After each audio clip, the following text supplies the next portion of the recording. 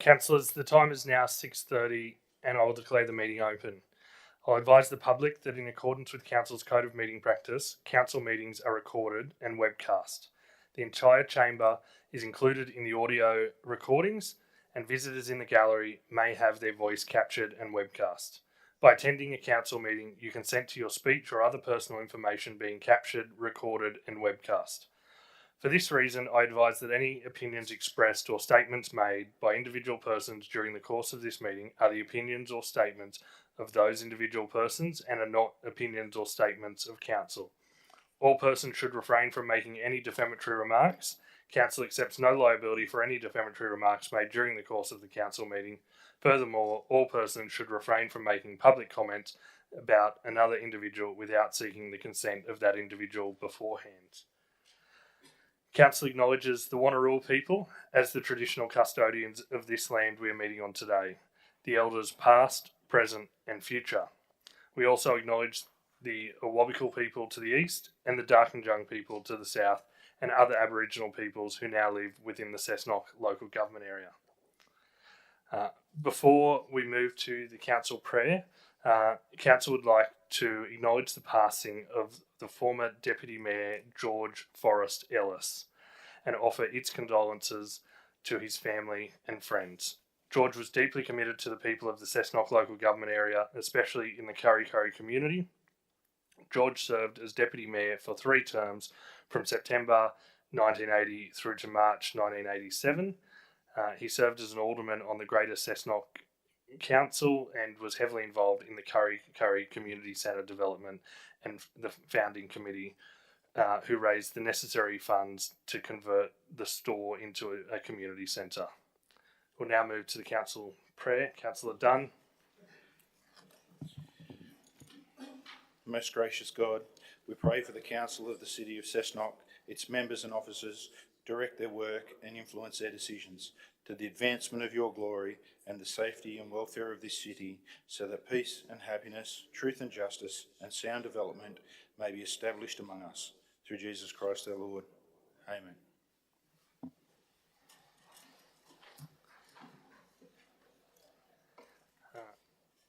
Apologies tonight have been received from Councillor Burke.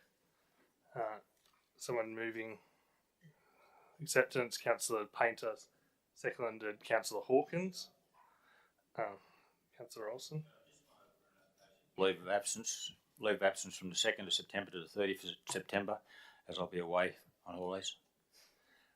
So we'll have Councillor Painter's happy to move that way. Councillor Hawkins happy to second that the apologies be received and the leaves of absence be granted. Moving that way, all those in favour?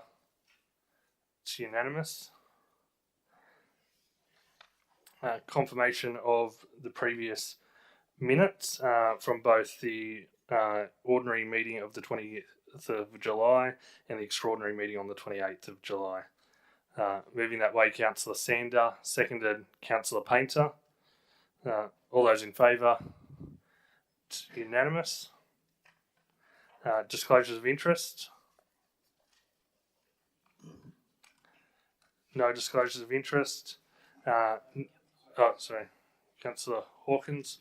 Yes, thank you, Mr. Mayor. Report PE 45/2022. It's the increased number for the childcare centre. I, James Hawkins, declare a non-pecuniary interest of less than significant conflict for the reason that my children have on occasions attended this childcare centre. I choose to remain in the chamber and participate in discussion and voting, as the conflict does not influence me in carrying out my public duty because it's not a regular occurrence. Thank you.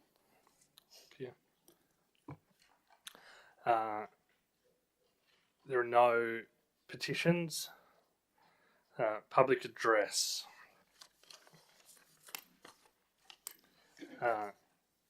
So first up, speaking against the recommendation of report PE 43 2022 development application number 8/2022/372/1 proposing a Torrens title subdivision of 1 lot into 2 lots. I call Jody Chandler. Yep, please come forward, Miss Chandler, through to the lectern over here.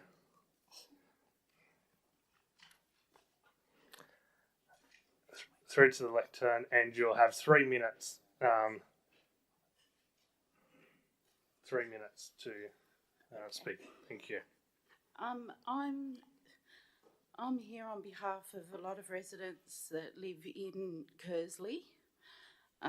We are concerned about the zoning of Conjaway Street, Kersley. Not only there is no curb and gutter. Our street is a very small street that only has 5 homes in it and holds a lot of water. If there is going to be another driveway put on the property, that will impact our home with cars coming in and out with their lights coming into our window, which is our bedroom windows. We have a number of residents in the area that are not for this. The number 191 Cordonia Street, 43 Conjaway Street, 64 Allendale Street, 44 Toblin Street, 40 Toblin Street, 48 Toblin Street, and 50 Toblin Street. Considering this, we also have a lot of elderly residents in the area, and we are refusing to have this go ahead with it only being a narrow street, and we do have to pull to the side to let other cars past as it is. So if there's another home there, that's going to impact as well. But in finalising this, I want to make it clear to you that we asked the owner of the property over 12 months ago to please go halves with us in a fence, because our fence is falling down, and he refused and said that he wouldn't do it, and now he wants to rezone and build another home on the property next door to us. Okay, thank you. Just before you leave, are there any questions, Councillor Ms. Chandler? Councillor Olsen? Yes, thank you. I know it's nerve-wracking being up there, so you can't always get it out how you want to say it. You said you represented a group of residents. Is it just the street you live in, or is it from... And the ones behind as well. And the one behind. So basically about a dozen residents in that area. Yes. So, and basically they don't want to see their lifestyle changed by subdividing a block down to what Yes, size? that's right. Yeah. Because it's only just a small village, like Yes. our area is very small. Yeah. And we don't want people building at the back of their homes, because then everybody's going to start building at the back of their homes, and we don't want that. Yeah, once you do one, it's a precedent, yeah. Yeah. Yep. Okay, thank you. Thank you. Thank you. Thank you.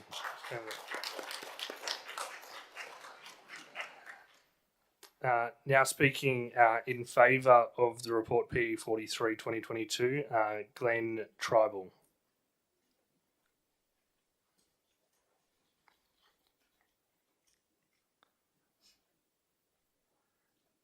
Thank you, Mr. Tribal. You have 3 minutes.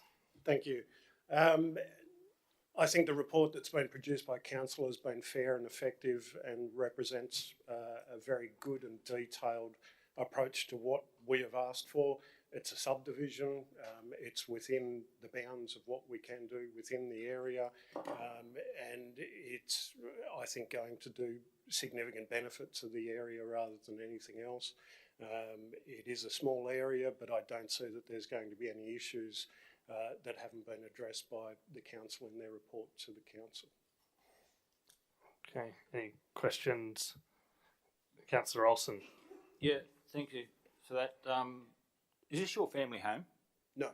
It's an investment property. Yes. So what's the plan for the back block? The DA's for a subdivision. Yeah, but what's your plan for the block once you get it, if you get it? We don't have any plans at the moment. It's been put forward as a subdivision of the block. Okay, righto. Are you a Cessnock resident? No. Okay, thank you. Councillor Hill. Thank you. As far as you're aware, are there any similar blocks in Kersley around here that have a similar subdivision Yeah. of this nature? 79 Allendale. And how long has that that situation been in place? Are you aware? Is it a recent subdivision or is it a 2 to 3 long-standing one? years ago. Yeah. Thank you. It's a similar situation, Battle Axe block, that's came forward to council some time ago to look at it for fire issues, which there are none at the block that I own. Okay, Councillor Moores. Question was answered by Councillor Olsen. Okay. Councillor Painter. Yeah, I do believe that in the area the minimum lot size is 450 square metres, and you're proposing for the front house 411 square metres. Are you willing to compromise and push that boundary back to have the front house be 450? So I think it was highlighted within the report that there's the availability to do 10% variation to what is put forward as a minimum. That gives the ability for, I think we're sitting at 8.9, and I think it actually increases. There's a fence behind the house at the moment. It pushes it back 3 more metres. So the opportunity for the current tenants to have more space and more yard will be there because that back fence will be pushed back forward. So it's a paddock at the back, and there's a fence maybe 2 metres off the back door. So we're pushing that to be an additional 3 metres or so. Okay, with no further questions, we'll thank Mr. Tribal for his presentation. Thank you.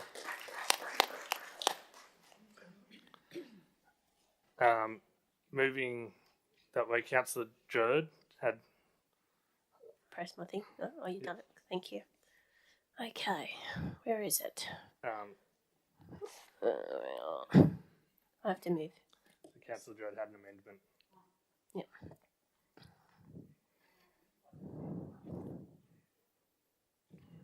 Start from there. So that development application, is that the right spot? Yep.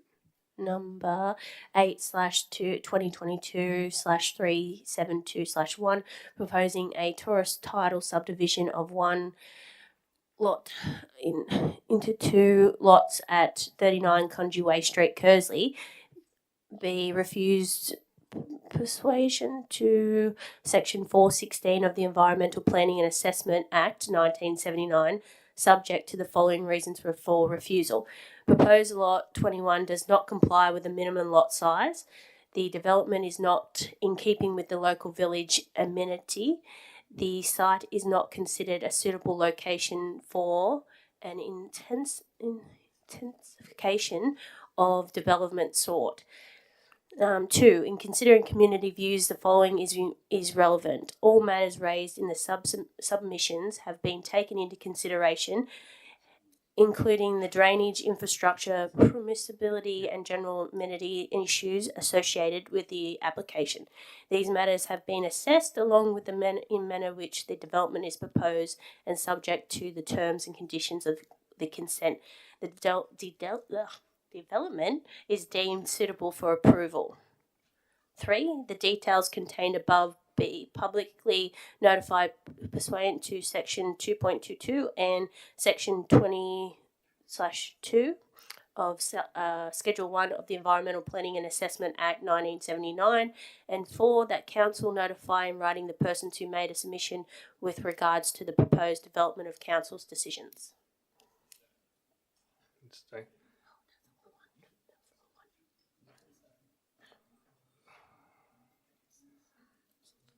So we're just seeking that. I think there needs to be a slight wording change. Okay. There needs to be, sorry, we're missing a word in the point 2 in the last end of it. Needs to say not deemed not suitable. Oh, yeah. Development is deemed not suitable for approval. Yeah. Right at the end. Not suited.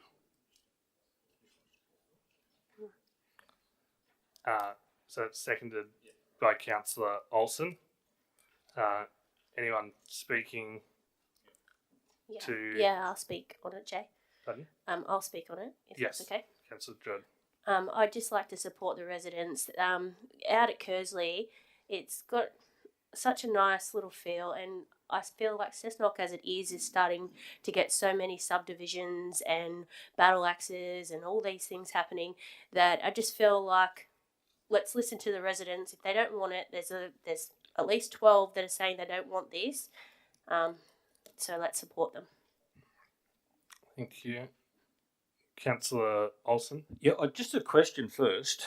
I'm trying to work out why our planners have allowed this subdivision to come back to council with one block being 502 and the other being 411 square metres when we could make them both 450. Question for the director. Through you, Mr. Mayor, the officers are required to assess the application as it has been proposed, and they have the discretion to vary by up to 10%, and that's the reason why it has been recommended for approval. They're allowed for a 10% discrepancy if we can't get two 450s. Now, we could get two 450s. Why would we approve that? Why would we bring that back to council for approval? Where's the consistency in this? Yeah, look, I think we're. Did you want to answer? Yeah, I think the director's answered the question in saying that Okay, the I've staff got are enough. required. So we're sort of feel free to include that in your debate on why you would be supporting the resolution, but we can't debate the director. If he doesn't want to answer the question they've asked, that's fine. I've got a second question for him. Then why would you tell an applicant that puts in an application to subdivide his block into a 400 metre block and a 500 metre block, and you wouldn't allow it? Then when they do move the fence line, they get it down to 449 and 451, and you still knocked it back. Director. Through you, Mr. Mayor, I'll have to take that on notice. I'm not aware of that application. That's my problem with this planning department, is consistency. If you're going to approve one, like put up a council approval for one, but you knock another person back for half a metre. Now that's not consistent, and that's what causes problems for us as councillors all the time, and we need to get that right. For this development, I don't understand why it would have come back like this, to allow one to have 500 and one to have 410. That to me is totally wrong. For this in Kersley, it's totally wrong. The residents of Kersley don't want this type of development, and once you start one, they'll just flow on, and they'll just keep coming and keep coming and keep coming. You'll end up seeing what happened at Aberdare in Kersley. And they've run out of land they can get on hold of in Aberdare at the moment, so they're moving out to Kersley and out to our villages. The next village there'll be a Kitchener, Abernethy, they'll be out at Paxton and Elong, and we'll soon see this will be more and more of this coming back to our council. We have a lifestyle here, and it's like Nolkabar, there's a lifestyle. People move there and live there for the lifestyle. If they wanted a small block, they'll move into town. And there's no real public transport for people out there. There's not a lot of amenities out there for people. We've got one pub and we've got a football field and basically a tennis court that's fallen apart. So these people have got not a lot out there, but we've got a developer that wants to come in and change the whole style of lifestyle out there. So as a councillor, I'm elected to represent the residents, and the residents are the ones that vote for me, and that's what I'll be supporting tonight, the motion put up by Councillor Judd. No further debate.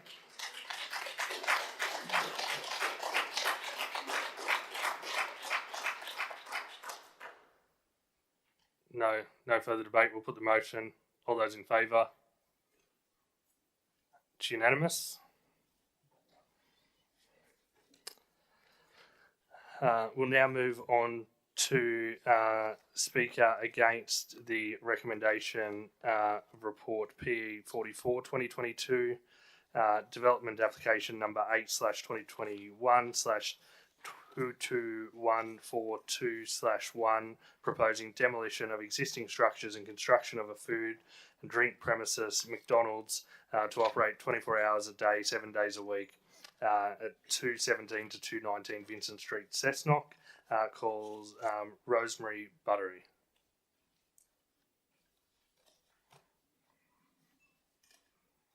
Just up to the lectern, Miss Buttery.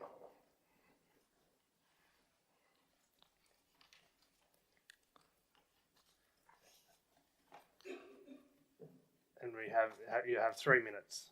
Thank you. Good evening. Besides traffic problems, which I think we all know we have down there, I think most councillors know about, because there's a very dangerous turn from Charlton Street into, I think it's Snape Street. I also have a problem that's not related to the other properties. My property is the closest sensitive receiver, and if there's traffic coming through the drive-through 24 hours, especially during the night, I can't see how there won't be any sleep disturbance to any tenants there.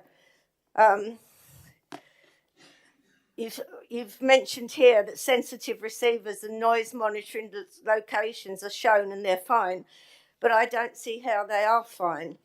I think we're only allowed 30 to 40 and 35 minimal decibels during sleeping hours.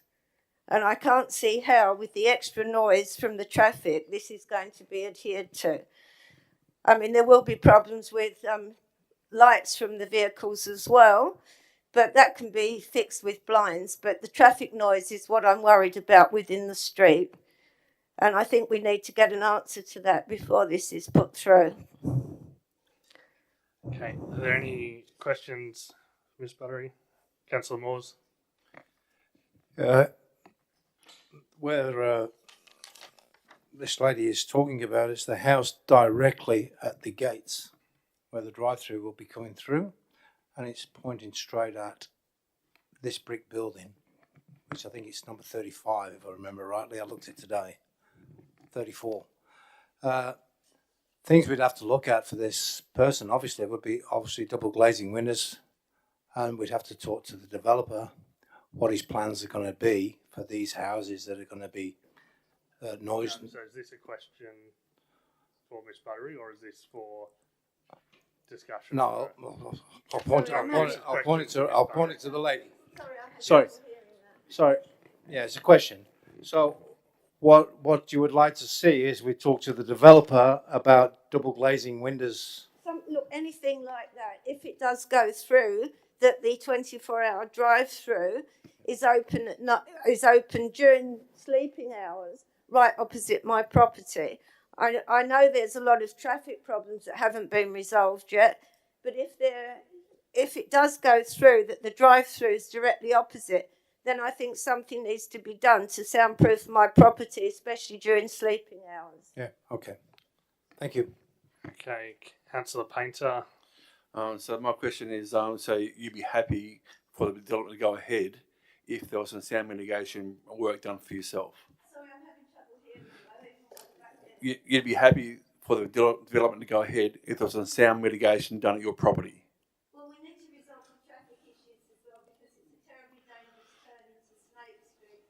But if the traffic issues are resolved, then I think there needs to be some discussion between me and the developers about what we do to allow people to sleep during the night, basically. Two of my windows are on the front of the house, two of my bedroom windows. And I can't possibly see how that. I know that McDonald's can stop the traffic noise within the complex, but what worries me is the traffic actually in Charlton Street when it goes in and when it goes out. I mean, that surely has to be addressed. We can't just have it so people in especially my property, but there are other sensitive receivers as well. We can't have it that people can't sleep because of the traffic noise. No, that's it. It's fair. Okay? Okay. No further questions. Let's thank Ms. Buttery for her presentation. Thank you. Now speaking for the recommendation on report P44, Yanis Camino and Clinton Smith.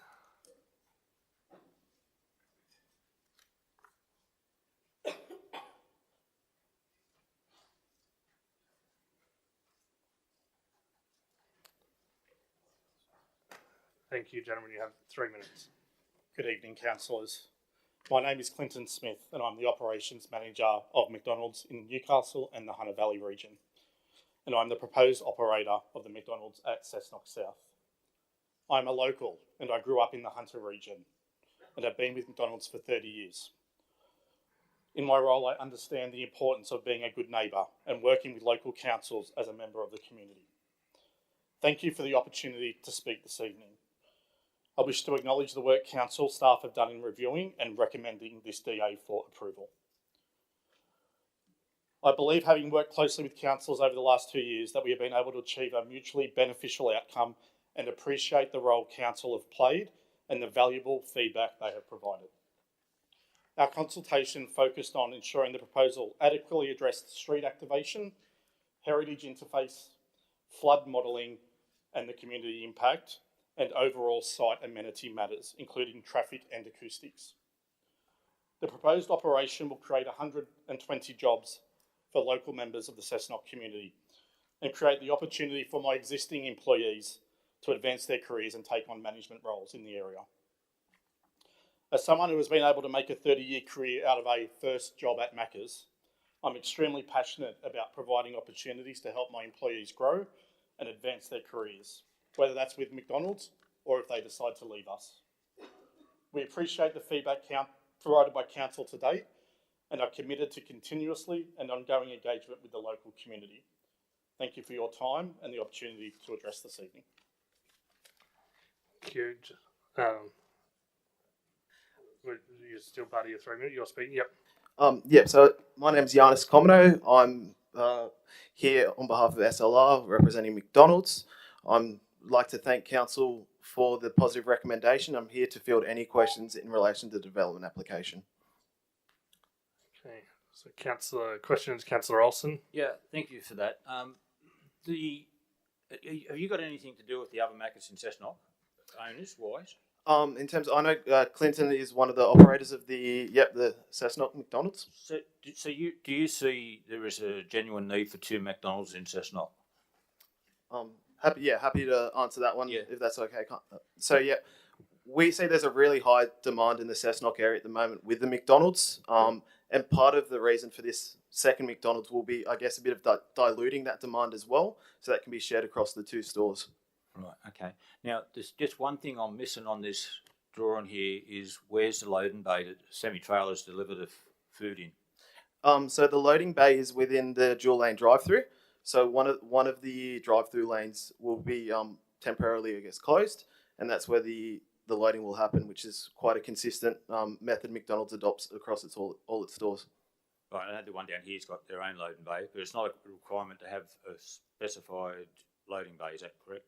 So it is specified because the corral is then there as well next to it. So you've then got opens up into the delivery area. Right. Okay. Thank you. Councillor Hill. Thank you for the presentation. One of my questions looking at the plan in regards to the drive-through layout is that I understand that there is about 14 or so spaces from sort of where people will drive out and leave all the way back through ordering at the where they put their window down. One of my concerns would be that perhaps if there is a large amount of traffic going to the drive-through and it exceeds that number, the line of cars will block the Charlton Street exit, or perhaps queue out onto Charlton Street and then close to the intersection of Charlton and Snape Street. Do you review that at all, that possibility at all during the application process?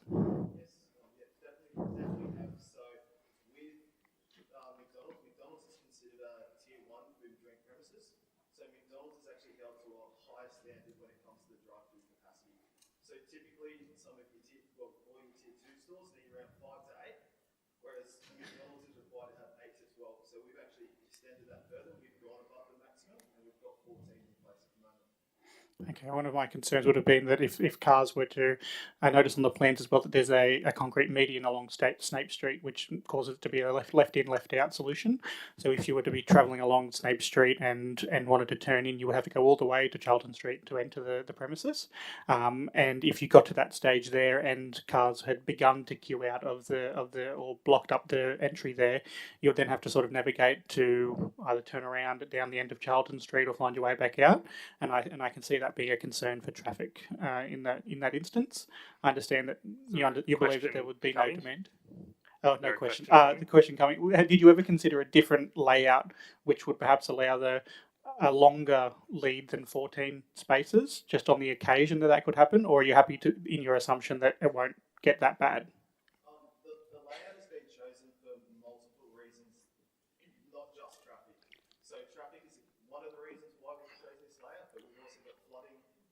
acoustics, site activation, heritage. There are multiple reasons upon which this application falls in the site layout it is. And in terms of the actual driver behaviours as well, so if there was to be the full capacity, there's also the in-store option as well for drivers to be able to utilise and park up their car and go in. Councillor Moores. Yeah, just one question. As you can see, the houses that are very close, and if it's going to be a 24/7, have you thought of what happened with the one before? And I sat there at 9 o'clock at night. Is the speaker noise for the drive-through? The one at Cessnock is very loud. The tenants tell me who live there that they can't.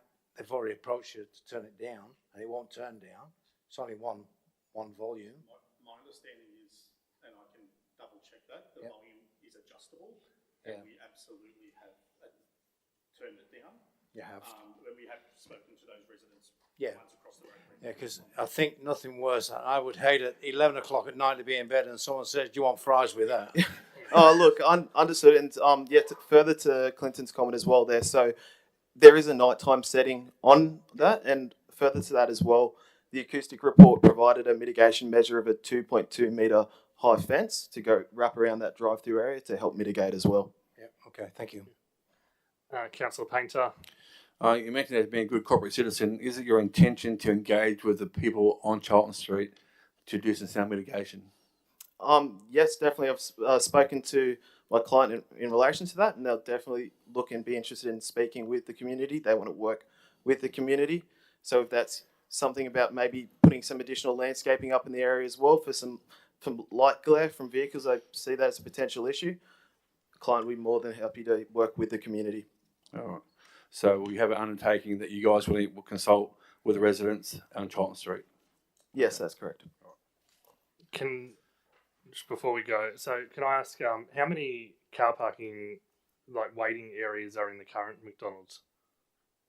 In terms of, sorry, what is in car parking spaces? Sorry. So or? you're saying there's debate. Well, you're saying there's 14 spaces proposed in this one, which is 6 from the point of order. There's only 6 out. How many are in the current Cessnock one?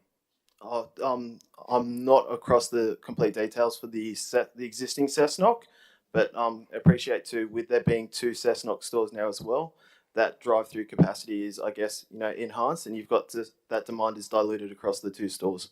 Yeah, and the way that the current one works is that it spills out onto the street. What do you propose to do when the 7th car gets in that line and blocks the traffic where people then can't exit or enter from Charlton Street, and then the traffic queues around that intersection on the street? Or do you send people out to traffic manage the site, or do you just go, well, that's the driver's problems and they'll sort it out? No, I think very much we want to be working with the community, and we can be looking at keep introducing some keep clear writing on the pavements as well to, I guess, minimise any potential impacts. And like I said again, I think the idea for a drive-through as well is for efficiency's sake. Nobody wants to be waiting in a drive-through for a long period of time. So if there's an opportunity there to be able to go in store as well, we see that driver behaviour lends it to that. And last question from me is, when the current KFC site was redeveloped, they took on the issues of the drive-through traffic that was causing run out onto the street, and managed the traffic management plan so that if there was a bank up, that traffic were easily managed within the current site rather than out on the street. Would you consider would you consider amending the site floor plan and traffic management to allow for a similar situation on that current site? In terms of the KFC site, apologies, can't comment on that one. I'm not privy to the layout and design of the site. Again, what I will say with the site, it's been endorsed and recommended by approval for Transport for New South Wales as well, Council's traffic engineers, who have all done this assessment on the car parking capacity and the drive-through capacity. Councillor Watton. Yeah, thank you. Just with regards to the social impact assessment along those lines. So we're talking about 24-hour drive-through operation only. I'm just looking for the actual, how do we see security actually policing, actually going through the drive-through and then parking, like in McDonald's, like there seems to be like a boundary there. Is this practically done anywhere else in any other McDonald's that we know of? Is there any other precedents? Because I haven't seen McDonald's operate like that. I'm thinking King Street McDonald's. Sorry, is the question you've not seen drive-through only? Is that the question? 24-hour like facility being drive-through only, but it's talking about being policed in terms of like how does that work when they drive through? They have to carry on drive-through, or can they park? Because many people go through drive-through and there is a partial car park closure in place that we've proposed with the application. So they'll be closing off the car park component, or the majority of it, that's closer to the Vincent Street side. And how the site's been designed is, so once you've pulled out of the drive-through, you've got the access point right there to go out onto Snape Street. And this approach of being the drive-through only is quite common practice across quite a few stores in New South Wales. Okay, thank you. Okay, no further questions. Please thank gentlemen for their presentation. Thank you for your time. So we now call report PE 44 2022. Councillor Sander moving an alternate recommendation. Thank you, Mr. Mayor. I would like to put an alternative recommendation that the report be deferred for further discussion with the applicants regarding the building location and the traffic management on the site. So seconded, Councillor Watton. Any debate? No debate. We'll put the motion. All those in favour? Oh, sorry, Councillor Painter. Yes. Good. So we can have on paper that they have given an undertaking to engage with the community or the residents for soundproofing mitigation. Yep. Okay. So was that we wanting it included? Yeah, natural addition to a point if you don't mind. Yep. So traffic management and residential impact. Traffic management, yeah, and impacts on local residents.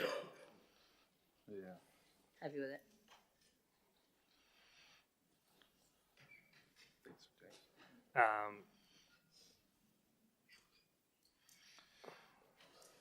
Yeah. Okay, so happy with that amendment, Councillor Sander and Councillor Watton. So now putting the motion, all those in favour? It's unanimous. Good job.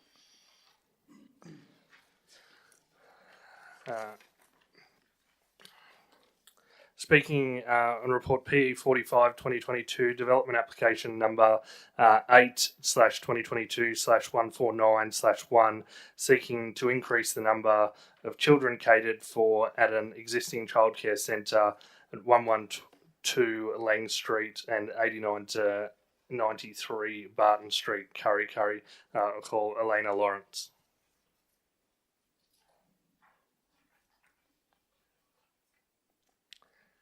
Thank you, Ms. Lawrence. You have 3 minutes.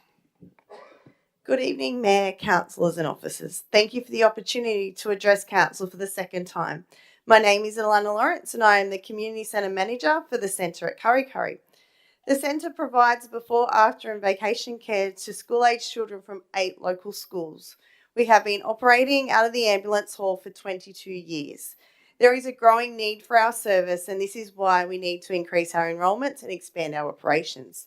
At the last council meeting, I talked about the issues that were identified in council's report. While I appreciate the need for these matters to be raised, I believe that these matters have now been addressed and would not be a detriment to the general community or our families which use our facility. The centre over the years have been fully supported by the local community. Even with the DA process, no submissions were received opposing the expansion during the public exhibition period. The development is a community facility which is utilised by a cross-section of local residents. Without this service, many families would experience financial hardship as parents and carers would not be able to work. On behalf of the families, I would like to pass on my sincere appreciation for all the support that the centre has received to date by Council and seek further support by asking you to approve the DA tonight to allow us to be able to accommodate the growing need for the community. Thank you. Thank you. Any questions, Ms. Lawrence? No questions. Please thank Ms. Lawrence for her presentation. We'll now call report PE 45 2022. Councillor Grine with a alternate recommendation. Thank you, Mayor Savelle. Where have we got it? I think it can be taken as shown on the screen rather than screen. Yeah, read. taken as shown on the screen. That that the reasons for the decisions having regard to the statutory requirements applying to the decision are as follows. Council considers there to be adequate on-street parking to this facility, and Council supports the expansion of capacity to this facility to be a benefit to the community. Is the motion seconded? Councillor Painter. Speaking on the motion. No debate. Let's put the motion. All those in favour? It's unanimous.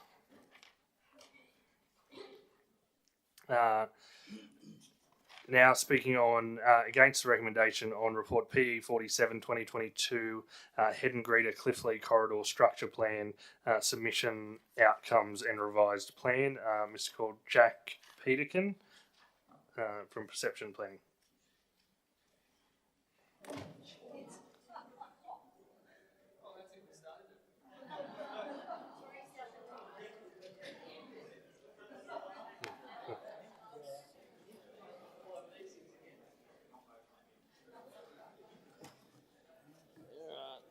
Okay, if settle ourselves, and thank you, Mr. Peterkin. You have 3 minutes. So good evening, Mr. Mayor and councillors. I've been assisting our clients, being neighbours at 528 and 532 Main Road, Cliffley, to prepare a joint planning proposal and subsequently as a submission to the Head and Greeter Cliffley Corridor Structure Plan before council tonight. Late last year, we lodged a planning proposal to alter the land use to allow for a future residential subdivision. We started with one property, but we were able to work with the neighbour and add their land to our proposal. The determination of this proposal was deferred by council until the Head and Greeter Cliffley Corridor Structure Plan was prepared. This plan has identified our sites as having strategic planning merit, but provides no indication of how they will be serviced in a timely manner. To date, we have liaised with Transport for New South Wales as well as the adjoining developers, and have also attempted to meet with the strategic planners within council to resolve the access issues that arose for us within the corridor structure plan. We've been unable to meet with council planners to this point. We were told by council staff to wait until the corridor plan was adopted, which seems counterproductive to us. The traffic connection to our client's land is the main issue that needs to be resolved. If the corridor structure plan is endorsed in its current form, our site could be landlocked for over 20 years, preventing the commencement of any development within the land that has been identified as having planning merit. This will frustratingly force our clients to sit and wait 20 odd years as the adjoining land will become subdivided and established, only providing access during the final stages of the development next door. We can't understand why this plan closes the door to access off Main Road, rather than being subject to approval from Transport for New South Wales. Their modelling is not fixed, and from our consultation, their hesitancy in allowing access off Main Road is strictly based off current modelling. They advised us that they are still undertaking further modelling. This strategic planning document will be a huge step backwards for these 2 key sites, with no active solution provided by council staff to service the land in terms of access. We made a submission to the structure plan, but have not been afforded any procedural fairness or natural justice to discuss our concerns with the structure plan. Further, some inconsistencies have arisen with the corridor plan after consultation this week, as some diagrams within the document indicate a set of traffic lights for investigation right at the front gate of our proposal. Yet the document firmly indicates that no further intersection will be permitted off Main Road. We seek clarity in the investigation of the potential of this intersection, and we also respectfully request that the structure plan be amended as it relates to these sites to say that access can be provided off Main Road, subject for Transport for New South Wales approval, or council staff to insist connection to the adjoining development land will be provided during earlier stages, allowing access to these two key sites in a timelier fashion. Thank you. That's it anyway. That's it. Speaking, any questions, Councillor Hill? Thanks very much, Jack, for speaking to us this evening. Yeah. In reviewing the document there, I've noticed that same discrepancy you did and have got some information since. However, I don't believe that at the end of the day I would possibly support another entrance on the main road. However, do you believe that your clients would be interested in sort of council facilitating some discussions between yourselves and other developers in that vicinity to enable interior access roads with if main road is excluded? Absolutely. So what we're trying to achieve for our client is some sort of access in the near future. So like we say, we're not demanding that we get access off Main Road or anything crazy like that. We understand it's got to be subject to Transport for New South Wales. That's all we want, is just some tweaking in the wording, or, council taking some ownership on the fact that we could get it at an earlier stage with these developments rather than just leaving it up to next door. So if there was no amendment to be made to the current plan as it is, you believe you'd be satisfied with the facilitation of some discussions between yourselves and the other developers, or? If we can confirm it could happen at an earlier stage, I think they'd be happy with that. But again, I also just can't see the point in shutting the door. Why we can't amend that to say subject to Transport for New South Wales approval, because we understand that. We just don't want a closed door. Okay, thank you. No further questions. Please thank Mr. Peterkin for his presentation. Speaking for the recommendation of PE 47/2022, Mr. Don Wiper. No, it's not here. So we'll now move to considering report PE 47/2022. Moving away, Councillor Hill. Thank you, Mayor Savell. I would like to move an alternate or an amendment to the ultimate recommendation that states some change to the end of point 1. It will now, I would put that it reads, the council adopts the Head and Greater Cliff Lee Corridor Structure Plan as amended following public exhibition with the following additional changes. Remove the recommendation of the Head and Greater Hotel and Car Park Investigation Area from the plan and instead highlight possible small business opportunities surrounding Stamford Road south of Main Road 195. Change the wording under the Hydro heading on page 63 to instead read a new major traffic link from Hart Road at the Hunter Expressway to Main Road 195/Cessnock Road at Gillison Heights, with support from council for this road to be considered in future as a possible state road alternative link between Kurri Kurri and Maitland.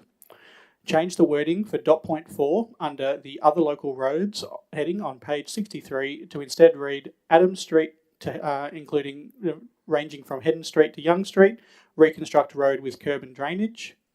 Change the wording for dot point 5 under the other local roads on page 63 to instead read Stamford Street, Main Road to Adams Street, reconstruct road with curb and drainage.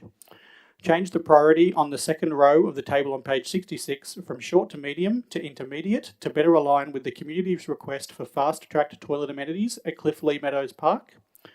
Include an additional dot point to the first row of the table on page 67 under work/item/proposal for opportunities at Headley Park, which reads toilet/amenities to better align with the community's request for additional toilet amenities within the corridor. And then the rest of the motion as it was tabled. Thank you. Is the motion seconded? Councillor Grine? No. Can I maybe talk briefly on it? Councillor Hill? It's been great to see this plan sort of progress forward, and some of the a lot of changes there that were made initially to this draft come from extensive community consultation from our multiple drop-in sessions.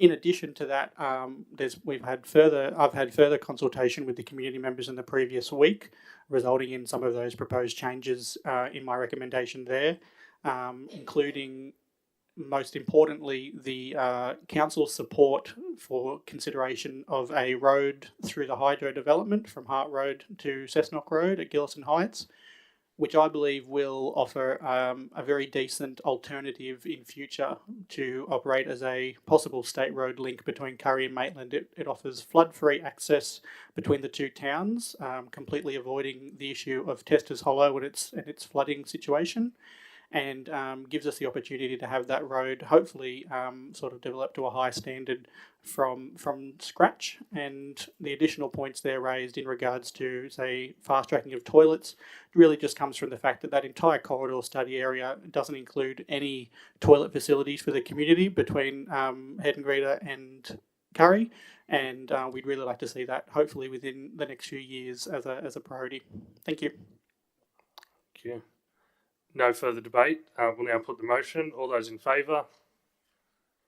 It's unanimous.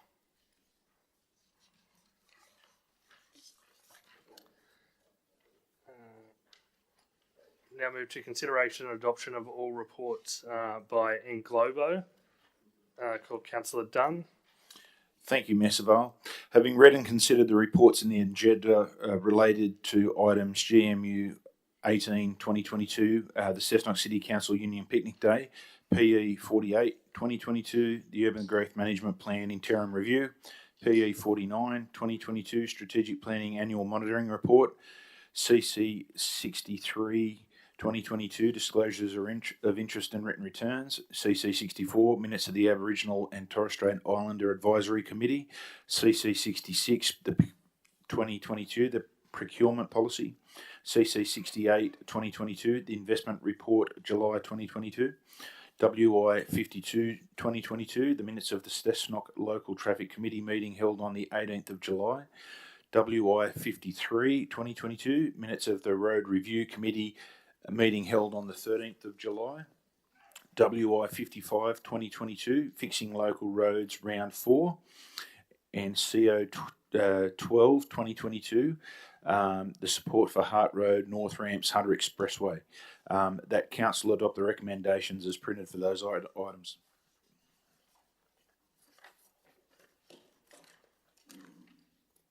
Okay, other motions seconded. Councillor Painter, putting the motions. All those in favour? It's unanimous. Now move on to mayoral minutes. I would like to move mayoral minutes 13 regarding Bridges Hill Park to Wine Country Drive shared pathway as outlined in front of us. I'll move this way following our briefings around the design of the pathway and where it will travel through to end up at the corner of Lomas Lane and Wine Country Drive. Councillors have a preference that I believe that it should stay on the western side of Wine Country Drive. In discussions with St Philip's Christian College, they've advised me that they have a preference of putting a set of traffic lights at the intersection of Wine Country Drive and Lomas Lane. However, this is a plan not supported by Transport for New South Wales.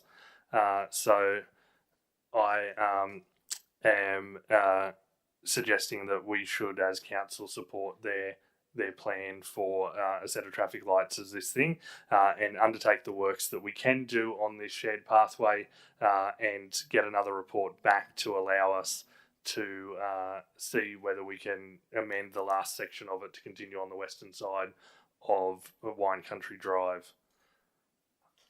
So, Councillor Olsen. Just how much money are we short for that path? I think I can defer to the director, but I think the question is we're unknown because what we're asking for now is a redesign of the path. So the original costings are based on the current design, and what we're at this resolution would be asking for is to give a new design, and therefore it will need a new set of costings. So there isn't an amount on that as yet. That would be provided in the report that would come back to council. And the St Philip's College, they always wanted a roundabout. When did they change their mind to traffic lights? Because There was Traffic New South Wales didn't like the idea of a roundabout, and they wanted to put the roundabout up near where the garage is now. So when did they change their mind to say traffic lights? I've had a recent conversation with them and subsequent correspondence from them where they've advised me that their preference is a traffic lights at that intersection, and that Transport for New South Wales are requesting that they construct a roundabout. So They must have, Traffic New South Wales must have changed their mind because they didn't want a roundabout; they wanted traffic lights. So anyway, I would support traffic lights there. That are only activated when cars come down Lomas Lane, and that way it would keep the traffic flowing majority of the time. I think it's what we need to do out there for the school to keep it flowing, and maybe get more kids on buses might help too. But anyway, yeah, I'm just disappointing we didn't plan this well with the funding we chased. Instead of wanting to cross Allendale Road 3 times or Wine Country Drive 3 times.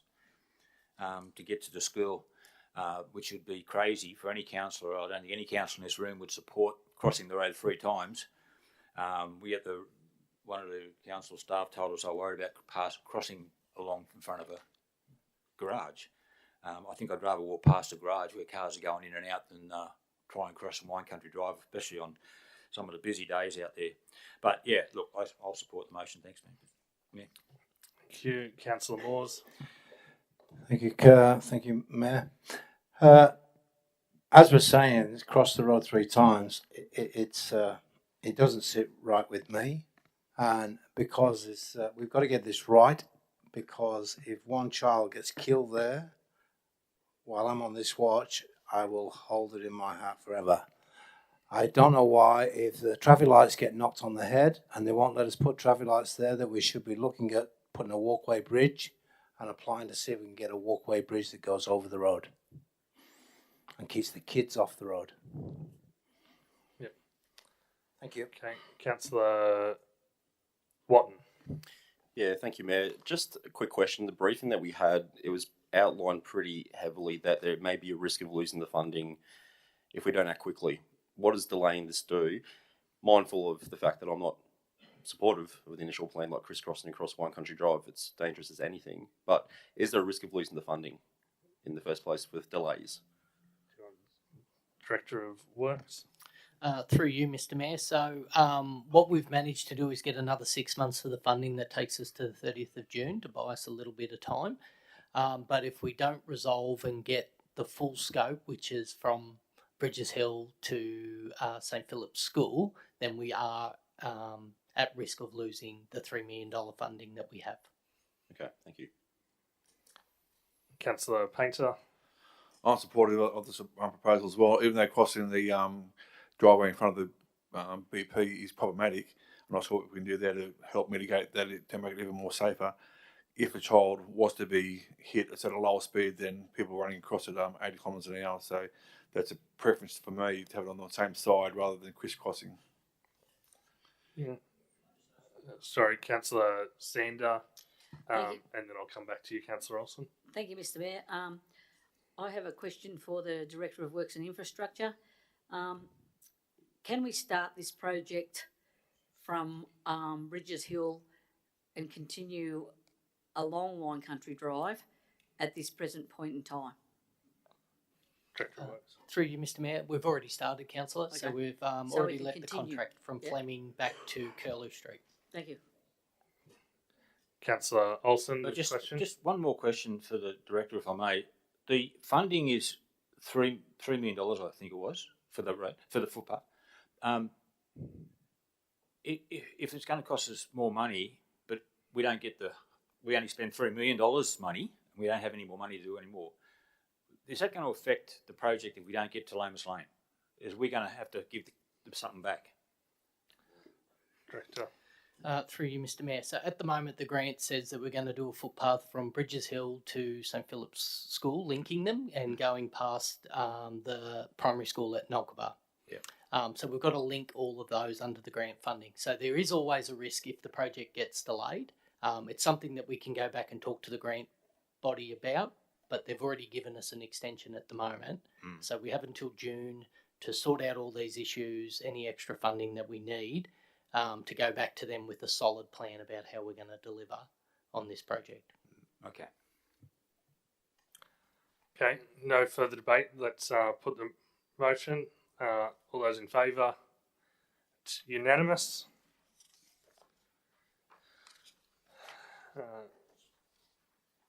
We'll now move to report motions of urgency. No motions of urgency. Now moving to report number GMU 17/2022. Moving that way, Councillor Hawkins, seconded Councillor Sander. Councillor Olsen. Yeah, Mayor. So I just want to change point 2. We take the whole 17,304 out of the tourism-related activities. That's what we put the money away for, and that's what this is, a tourism-related activities. So why not use the whole lot out of still council's money? It's ratepayers' money, and we're using it to support the Stomp Festival. And why not use the whole lot out of one area instead of council having to cost out of another area of funding, which could put stops on other things being progressed along the line as we move through the next financial year and find we might be short of money somewhere. So is that a question of could that happen? No, I'm making it an amendment so that all the funding of the 17,304 comes from the tourism-related activities reserve. Could I just seek clarification through the general manager or the relevant director? But the value of the 17,000 at the top is both financial and in kind, and therefore I would assume that the financial section of that is what's allocated in point 2. So you can't allocate in kind money through that, like it's in kind through a thing. If we could seek some clarification around that. Director of Works. Through you, Mr. Mayor. So when writing the paper, we looked at what budget we had that could support the in-kind that we already had in the budget, and then the 9,000 that was to come from the tourism fund was funding that we didn't have in our current budget structure that would allow us to fund the support that was requested by the Stompfest. So when you say in-kind, we're talking about supplying waste management, traffic management, event fees and the suspension of the alcohol-free zone. If you've come up with a figure of $17,000, there must be a cost there to council of $17,304. Surely we can transfer that out of our tourism-related activities reserve back into council's budget.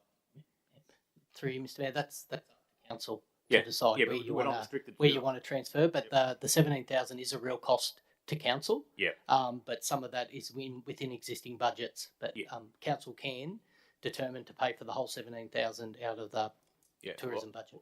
Well, I think if we're going to be supporting a tour, we put this money away. I don't remember how much it was, 50,000, 90,000, I'm not sure what it was. But we put it away for tourism-related activities to support things like this. And I know Stomp brings a lot of people into town and it's a special event and I'd like to see it still continue. But if we've got the money, we've put it away for tourist-related activities, that's what it should be used for. And then the rest of our budget in our works department can continue on using that money to do other things. So I'll put the amendment up that all the money comes out of the tourism-related activities reserve. So it'd be changing so you're moving an amendment that the figure in point 2 be 17,304. Yep, the whole lot. So so I think that's as an amendment, not as a change to the as the mover and seconder willing to accept it, or no?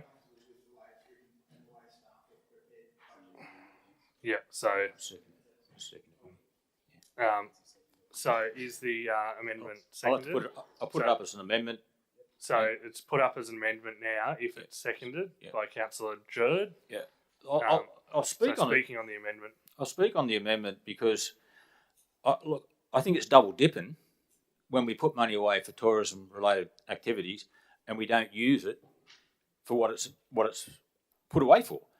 It seems crazy to me that we're going to have tourism stuff, so we'll put away X amount of dollars every year, and then when we come along to it, we'll do it in kind, and we won't use that money. So we've got more money sitting here in this reserve for tourism-related activities. It's clear to me it's a tourism-related activity. The whole $17,000, simple as that, comes out of tourism-related budget. Same as when we should do the same with the postie bikes, anything like that should come out of tourist-related activities. That way it's easier for our works department to be able to fund these things and make sure we've got the money.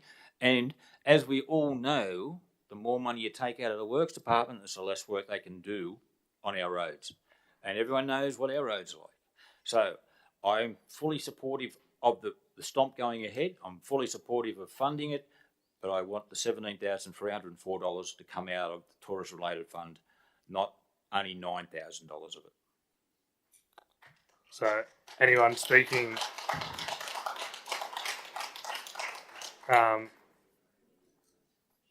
Councillor Hawkins. Can I just seek some clarification that the table 1, that is the breakdown of the costs that we've estimated, the $17,304, essentially the fees that we're going to pay to ourselves is what Councillor Olsen wants to. So if we're waiving it, it's not actually, it's simply a fee we're not charging, we're not collecting, we're not actually losing that money. The General Manager. Thank you. Councillor Hawkins, if we're waiving a fee, by extension, we are incurring a cost. It is an internal transaction, but there is two sides to the transaction. So the $17,000 represents the total cost, including the fee waiver component of it. Yeah, you're right. Councillor Groen. Thank you. My question is, so the money's already been budgeted for, correct? Am I right in saying that? That this... The General Manager? Which money are you referring to, The Councillor Groen? 17,304. It's already been budgeted as in-kind donation. There's a certain budget allowance within our works area where we said we can fund the component of that, and the rest of it, the 9,200, was proposed to come out of the tourism-related reserve. So there's not a specific allocation for the Stomp Festival per se. It's just part of it was proposed to come out of existing budget allocations for other things within the Works Directorate. So other festivals within our LGA, that's what the tourism money is for, is that correct in saying that? The tourism money as a set aside is there for whatever council wishes to spend it on, whether that's a festival or some other economic development type process. But the Stomp Festival itself doesn't have a council allocated budget next to it for the operations of it. Thank you. Can I ask a question in regards to the report on page 82 of the report, the sentence above point 4, the paragraph above point 4 on page 82 says that that $8,068 in waived fees and $9,236 in financial assistance. So the $8,000 difference that is just a not collecting money and paying it to ourselves, rather than waiving the fees. Is that correct? Through you, Mr. Mayor. So what would happen is, if the whole 17,000 was funded out of the tourism fund, then the fees to process those applications, the $500 that's in there, would go to the unit as income, and a debit out of the tourism fund. So effectively, it's like making a change in the budget allocation from tourism to fund the fees that we wouldn't have collected. And second question is, are any of those budgets, like for those fees that would be waived and go through related at all to the roads repair budget and road infrastructure budgets. Director. Yep. Through you, Mr. Mayor. So no. So the budgets, the fees come through Planning Department. The fee waivers for waste management would go through the Waste Management Centre. Okay. So no further debate. We'll now move the amendment will be dealt with first, and then we move on from there. So so we'll put the amendment. Those in favour of Councillor Olsen's amendment. Councillors Moores, Painter, Watton, Olsen and Jerd. Those against, Councillors Jackson, Dunn, Grind, Sander, Hill, Hawkins and Savell. Declare the amendment lost. Councillor, you already did speak on the motion. No, you spoke. You spoke at length on the motion and then put the amendment at the end of your speech, and then spoke on the amendment from my recollection, and I could seek clarification from.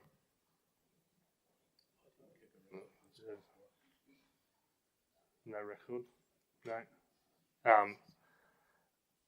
Then I'll let you speak, Councillor Olsen, on this occasion, but I do believe that you have already spoken. I just feel that what we're doing here is we're double dipping into a fund. We set aside money for this type of stuff, and what we're doing here is crazy to think that what do we got? Well, how much? I'm not sure what's in the fund. It's 50 or 90,000. I really don't know what it is, and it doesn't really matter what it is. But it's taking. That's what it's there for. And all we're doing now is taking money out of other people's budgets to fund this, where this money should just go straight to them. It doesn't cost them, those departments anything. We set this money aside for it, but now we're going to have another $8,000 still sitting in this fund for tourism-related activities. So unless someone's got something planned to spend it on, we're taking funds out of another works department somewhere. Whether it doesn't come out of the roads or it comes out of waste, it comes out of whatever, it doesn't matter where it comes out of. It's still coming out of someone else's budget. And that's what we put the money for. I'm very disappointed that councillors couldn't support my amendment. Some of us seen the logic in it, but unfortunately, we're not going to get that change here. But I really am disappointed that why we have this tourism-related activity and we don't use it totally for this type of event. No further debate.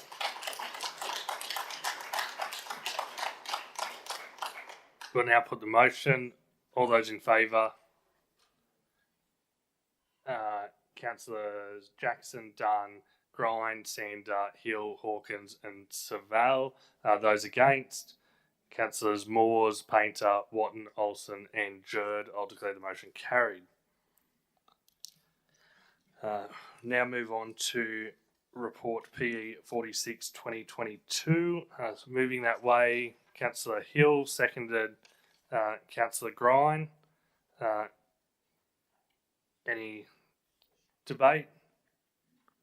Councillor Watton. Yeah, thank you, Mayor Savell.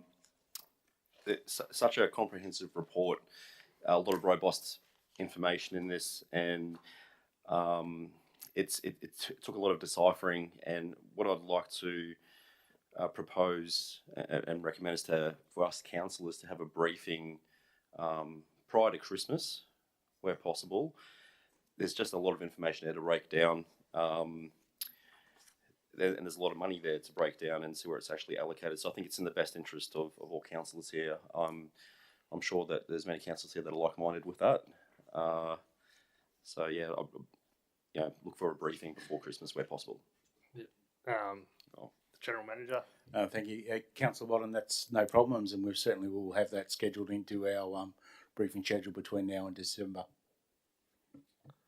Thank you. Speaking, Councillor Olsen. Yeah, thanks, Mayor. I believe on the night when I moved the motion, I haven't really looked. It says in here I did originally have the motion written down as for a report to come back every year in May, but I thought on the night I changed it to February because, but if I didn't, I would think that we need that report in the February and a briefing on it prior to getting all the financial reports back, so that we know what we're looking at in February. So when we're setting the budget, like I spoke to the acting general manager earlier about some of the financing in there, where the money is allocated for, like Huntley's got some money out there for North Rockbury roads in this funding. I think it's $900,000. We as councillors might be able to work something around to make, because the roads in the North Rockbury are atrocious. We might be able to work something around to find some extra money so we get a couple of roads done with that, instead of saying, well, we've got 900,000 sitting there, when are we going to do it? It all has to work in with the Works Department, of course, but I think we need to know what we've got there, so that when we because things we approve is the budget, that if we got money sitting there, we can use it in the right areas where it's more needed. And if say, oh, we can't get the North Rockbury this year, well, okay, we can't, but we know that it'll be on the agenda for the following year, and that we can keep adding more money to whatever. So these projects move forward. It's a lot of money sitting there, almost $29 million, and some of the projects might never go ahead because there'll never be enough funding if a councillor who represents the people doesn't actually step up and say, well, why don't we get that park or that toilet? And then you see, oh, we've got 50,000 here, we only need another 50. So this is why we need this information, and this is why we need that sort of briefing, so that we can be better informed with where all that money is sitting there. And it's a lot of money, and I know other councils, some councils got over 100 million sitting there. We need to be able to use it. It's no good sitting there in the bank when people are crying out for assets to be done. So I think this report is much appreciated, but it is a large report, and some of the information is good to us, and some of it's not as important to us. It's all about getting so that we know we've got the information we need, so we can make informed decisions. And I do appreciate the time the officers put into making this report, and I do appreciate the opportunity to have a briefing to be able to talk about it. Okay, Councillor Hill. I'd just like to echo the same sentiment from Councillor Watton and Councillor Olsen as well. I sat down and went through this document as well and found it quite heavy and thick to get through. And in certain instances on some pages, it relates to outdated planning agreements that have either been previously executed or now sort of non-relevant in regards to some areas, especially in my ward as well, Clifforley and Head and Greta.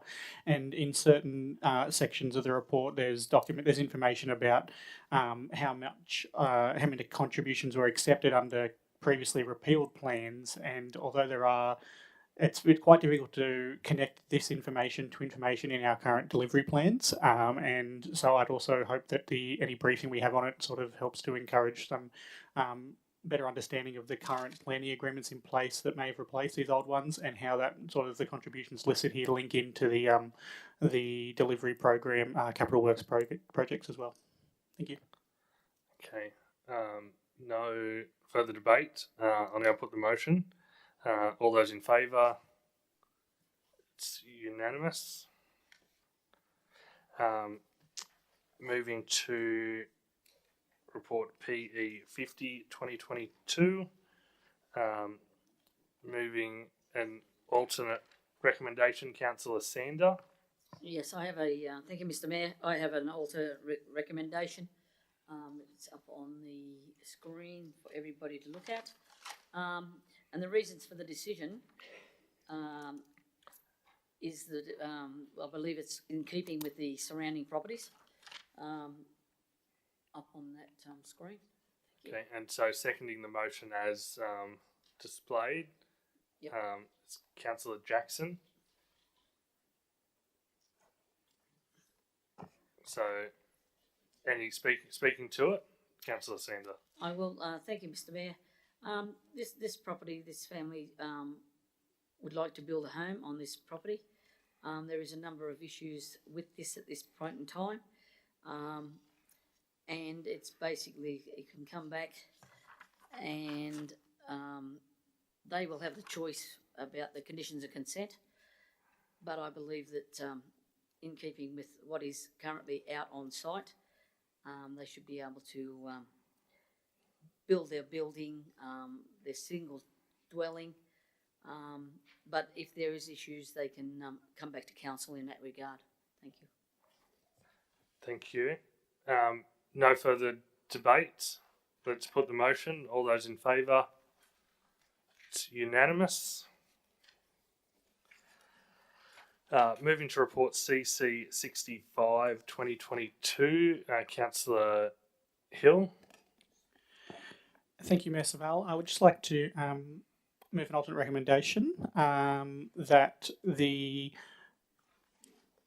I would like to move the recommendation that Council determines the delegates to attend the Local Government New South Wales Annual Conference, and amend that to include some additional the following councillors: Councillor Jackson, Councillor Moore, Councillor Burke, Councillor Sander, Councillor Hill, Councillor Hawkins, Councillor Painter, Councillor Watton, and that's it, sorry. And Councillor Saval, sorry, yes. So we've got everyone on. Oh, and Councillor Grind, sorry. I thought I said Councillor Grind, sorry. Councillor Grind needs to be added to the list as well. Yep, sorry. So 9 on the list. 1, 2, 3, 4, 5, 6, 7, 8, 9, 10. Yep. 10 councillors, yep. And so that will go at the end of point 1.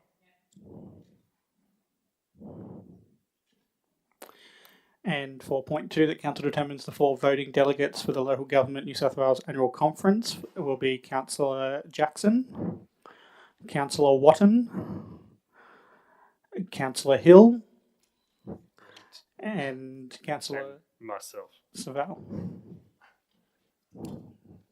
Just suggesting.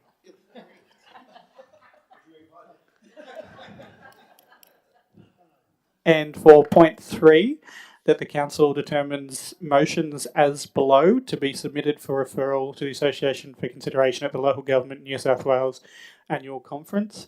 The motions as listed on the page, if I can not have to read those out for the floor.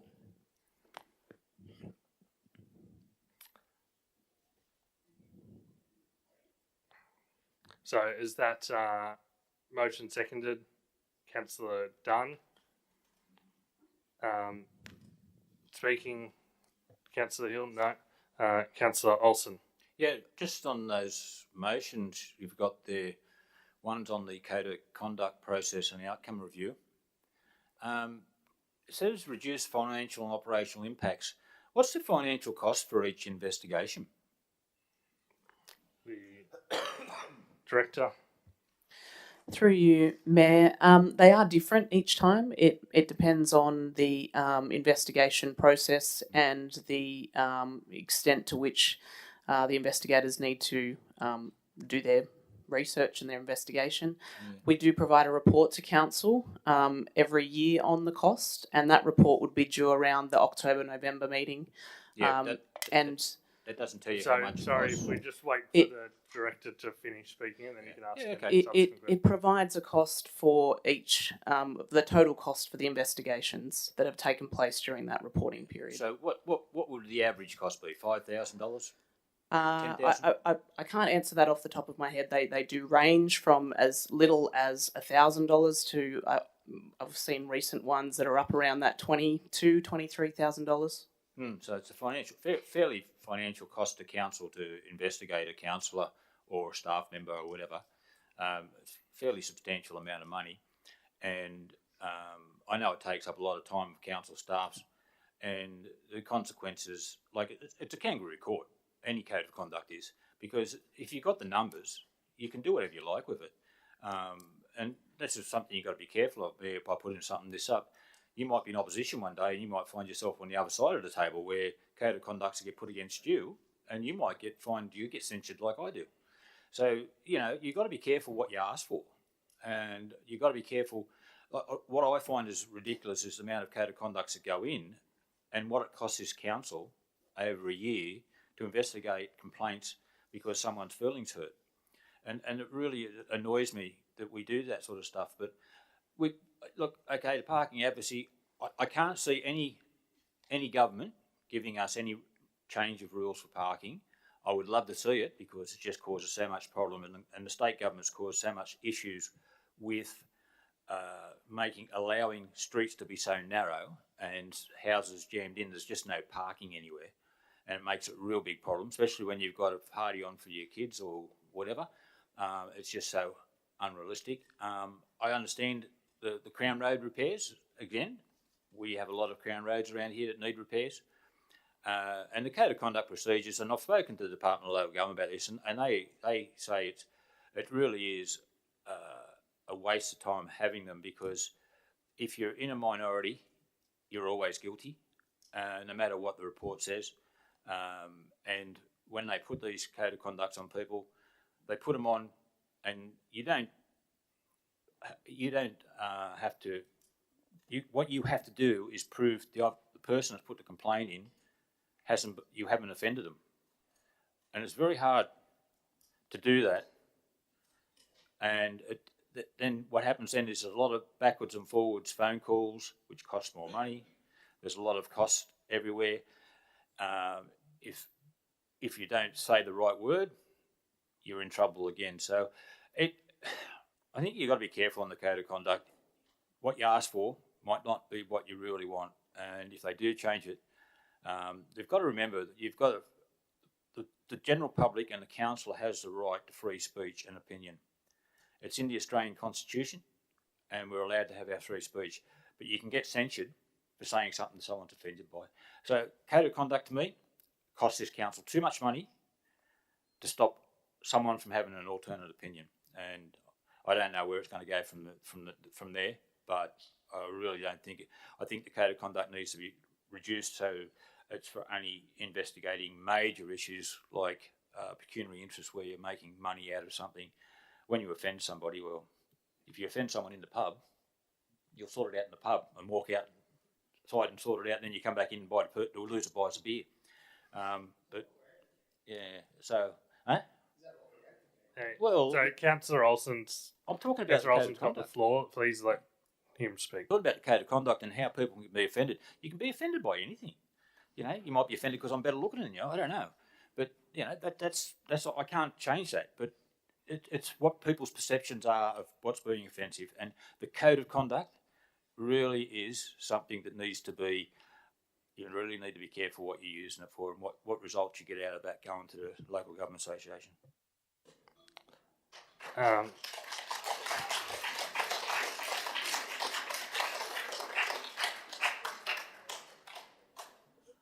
So we'll now move to put the motion with no further debate. All those in favour? It's unanimous.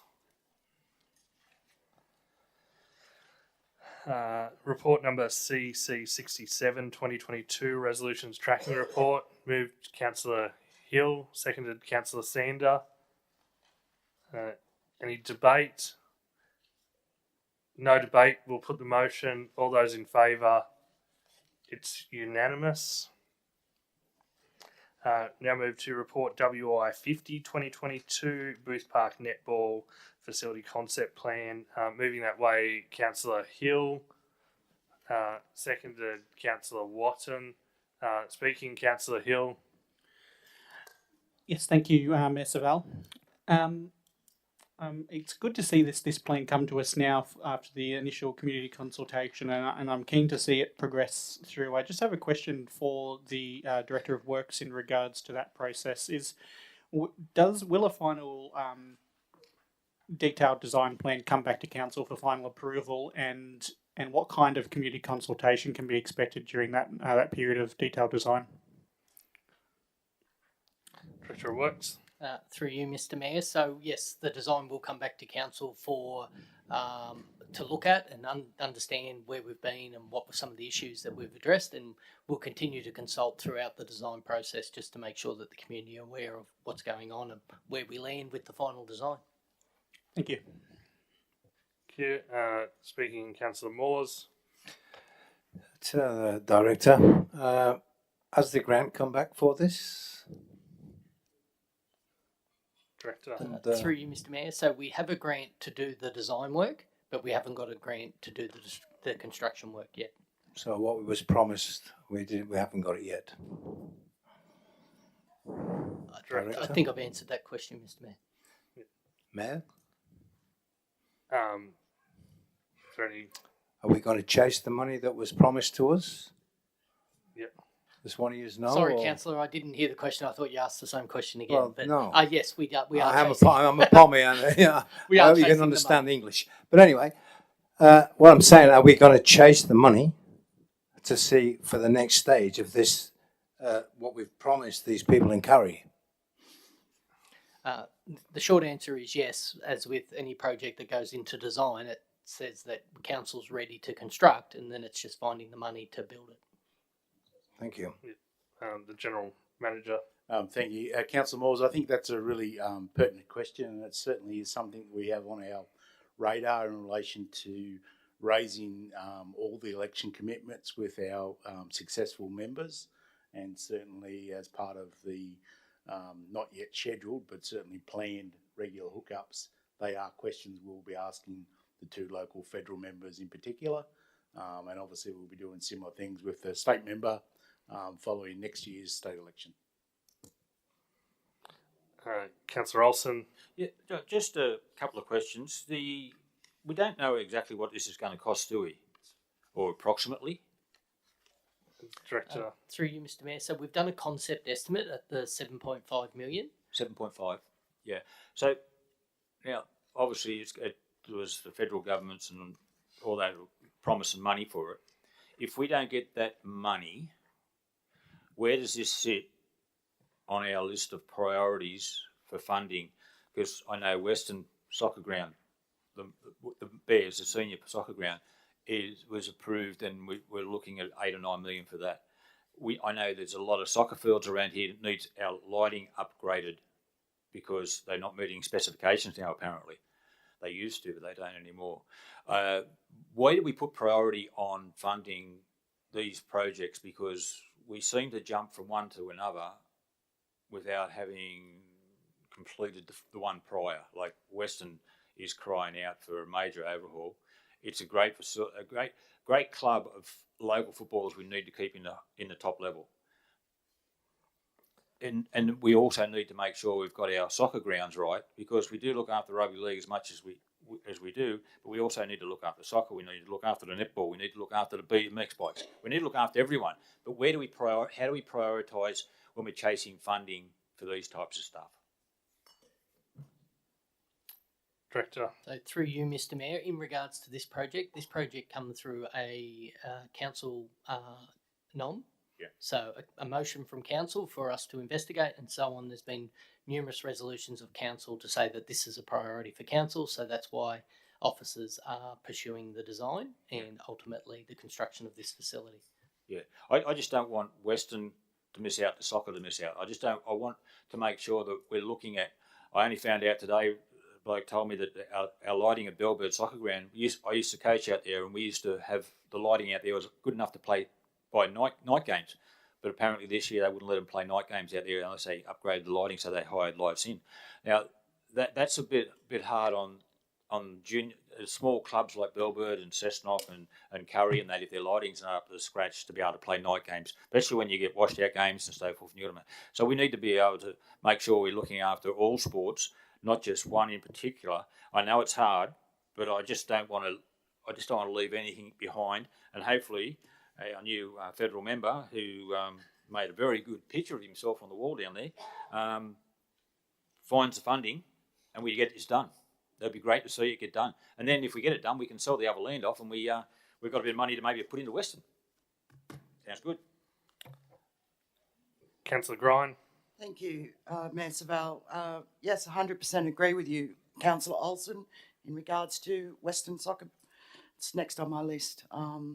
My question to you, Director, is with the concept plan the way it is now, we have not incorporated any parking or drainage, from my understanding, or the amount of drainage that we wish to have down in Booth Park.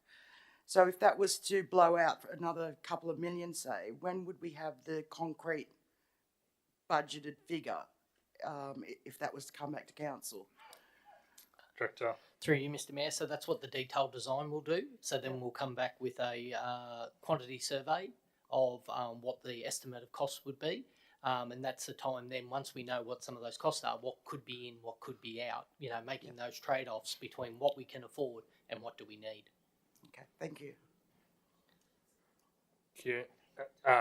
No further debate. Let's put the motion. All those in favour? It's unanimous. Call report WI 51 2022. Councillor Hill. Thank you, Mayor Savell. I'd just like to propose an alternate resolution that amends the existing one. My amendment will modify some wording in point number 3 so that it instead reads that free entry and community celebrations take place for Australia Day on the 26th of January 2023 at Cessnock Pool, Branxton Pool and Kurri Kurri Aquatic Centre at a cost of $4,954. So is that motion seconded? Councillor Dunn. Now, no debate. No. Councillor Dunn. Thank you, Mayor Savell. I do have an additional couple of dot points to put on the bottom of that, if Councillor Hill will allow me to. That the General Manager contact the owners of the Wallumbye Laguna Community Pool with the proposal for an Australia Day barbecue at their pool with a view to invite the community to a free swim and sausage sizzle. That the General Manager contact community groups that could run this event and that costs associated with the event be as per the current resolution to be dealt with in the QBRS process. So accepted, Councillor Hill and Councillor Dunn. So that now becomes the motion. No debate from you, Councillor Dunn. Councillor Olsen. Yeah, I'm just question. Is this play equipment going to be finished? No one's touched anything in the last. I seen people looking at it the other day, but is it going to be finished by October? The Director. Through you, Mr. Mayor. So we're in the commissioning phase now, so we're ironing out all the bugs. But our expectation is that it will be open for the start of the pool season. Sorry, what was it? It will be ready to go at the start of the pool season. Right. Okay. Thank you. Councillor Painter. Yes. Just a query. Why Wallumbye on their own get a sausage sizzle at their pool and Cessnock, Branxton, Kurri don't? I don't understand the rationale behind why those residents are treated differently to others. Can you clarify that? I think the question was why is Wallumbye listed separately for a sausage sizzle thing, and I think that the reasoning of why it's separate is it's already proposed as a sausage sizzle celebrations at Cessnock and Kurri Pools, but council does not own the pool at Wallumbye, and therefore we've got to engage separately with the owners of the pool. Fair enough. Okay, no further debate. We'll put the motion. All those in favour? It's unanimous. Report WI 54 2022. Moving that way, Councillor Hill, second Councillor Sander. No debate. No. All those in favour? It's unanimous. Moving to now report, I believe, BN 24 2022. Councillor Olsen. Yes, thanks, Mayor. My motion is that Council ask the General Manager to contact the Minister for Planning and Homes, Honourable Anthony John Roberts, that's if he's still there, State Member for Cessnock, Mr Clayton Barr, regarding the increase in the number of homes and units being turned into Airbnbs in the Cessnock local government area, to discuss the introduction of controls and measures to stop the loss of housing to local residents, plus also imposing regulations on the change of use of a house or unit into an Airbnb, such as fire checks, ratings, etc., as are imposed on motels.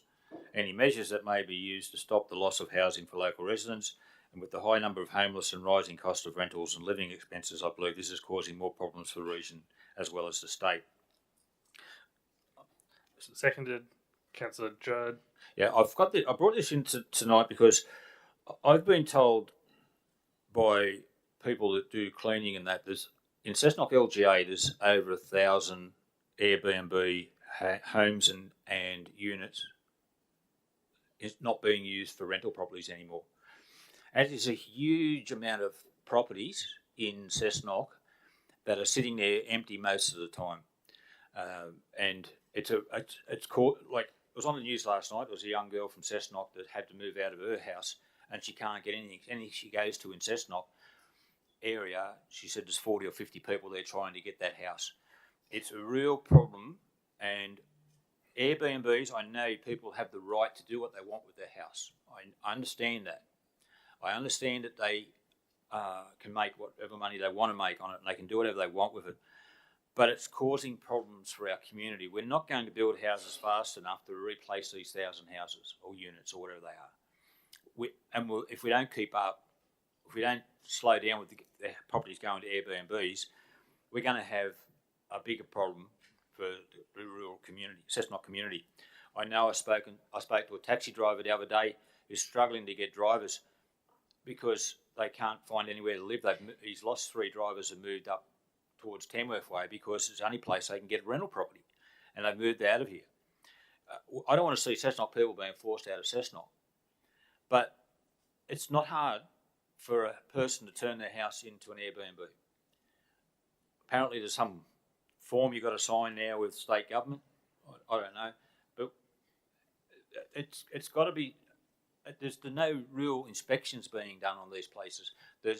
Motels have to change their mattresses every so many years. Are they doing the same on Airbnbs? Motels are losing, that go through all the process of getting approval for their motels, are losing business, while the other people are making business. They create jobs for cleaners and people to mow lawns, but we lose jobs in the vineyards where the accommodation is, and they've got stronger regulations. To council, we gain nothing out of a house becoming an Airbnb.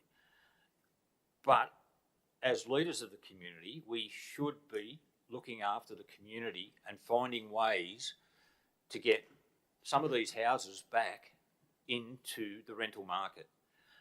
If we can get restrictions on the number we have or something that the state government can enforce for us, because we can't enforce anything, but we can represent the residents that are screaming out for more rentals.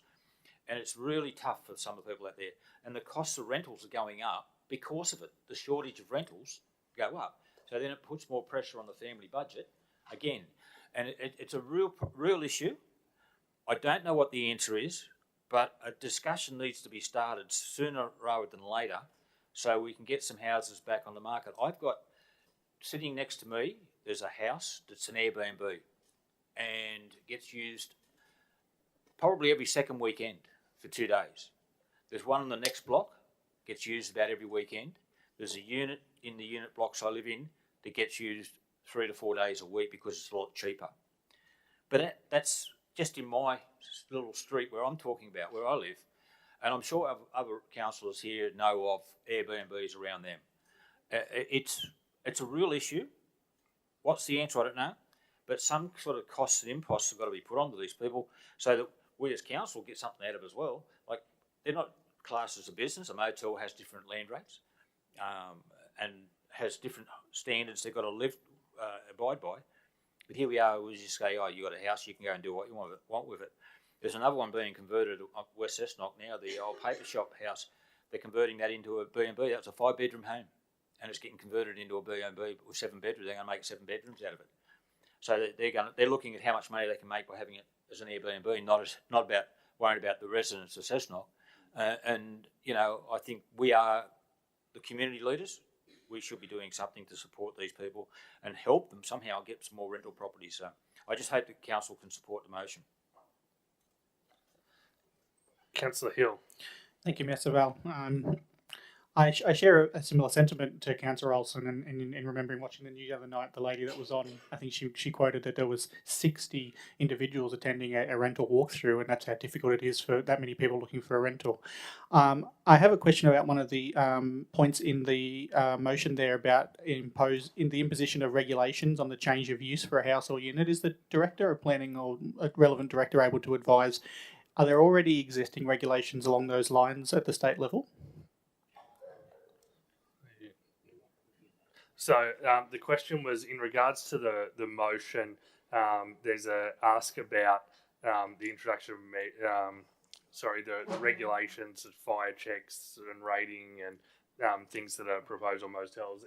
Are there already those regulations in place? Right, through you, Mr. Mayor, I did send out a memo earlier this week that gave some of that information. Certainly the state government has obviously recognised some issues around short-term rental accommodation, and they introduced new regulations in November of last year, and that requires owners of short-term rental accommodation, i.e. Airbnb, to register with the Department of Planning. They've got to comply with fire and safety regulations. They've got to agree to a code of conduct. That's all operated at the state level. It's not done through the local council. From the local council's point of view, it's around a land permissibility issue, and currently everybody is entitled to rent their house out. There's no limits on whether you rent it for one night or 365 nights or longer. That is something that is more problematic to address. I know there's plenty of jurisdictions around the world that that control these types of activities, and they can be done quite effectively. I believe the state government would have to introduce new legislation to allow that to happen, but certainly there may be opportunities, and I'm not sure if that's the case here in New South Wales through the rating process. I know in some jurisdictions they just go to Airbnb, they identify Airbnb properties and say, sorry, you're a commercial use, you'll pay commercial rates, and that generally, check some of the behaviour. So there's a range of things that can be done, but currently the only controls are that an Airbnb must be registered with the Department of Planning and comply with fire and safety regulations and abide by a code of conduct. So do you find that request in that part of the motion is suitable even though in regards to the existing ones, or would the motion be more appropriate perhaps with just that section about regulations removed and then stated as is? Sorry, can I? So the question was the sentence in there that says the plus also imposing regulations, change of use of the house, and around fire checks and all of those things. Is that relevant, or is that already in place, and therefore would it be preferable to have that come out, given we would be asking them to do something they're already doing? Yeah, my view is that is already occurring, and the change of use. I mean, if it's permissible in the zone, then it's permissible in the zone. So, having a home occupied permanently by a family and changing it to a rental property is not deemed a change of use. It's still used as a residential dwelling. So that's already covered by our existing planning legislation, and the other parts in that highlighted but are covered by the new regulations. Yeah. I would then perhaps ask, would Councillor Olsen accept the modification of that motion to remove that section? So, yeah.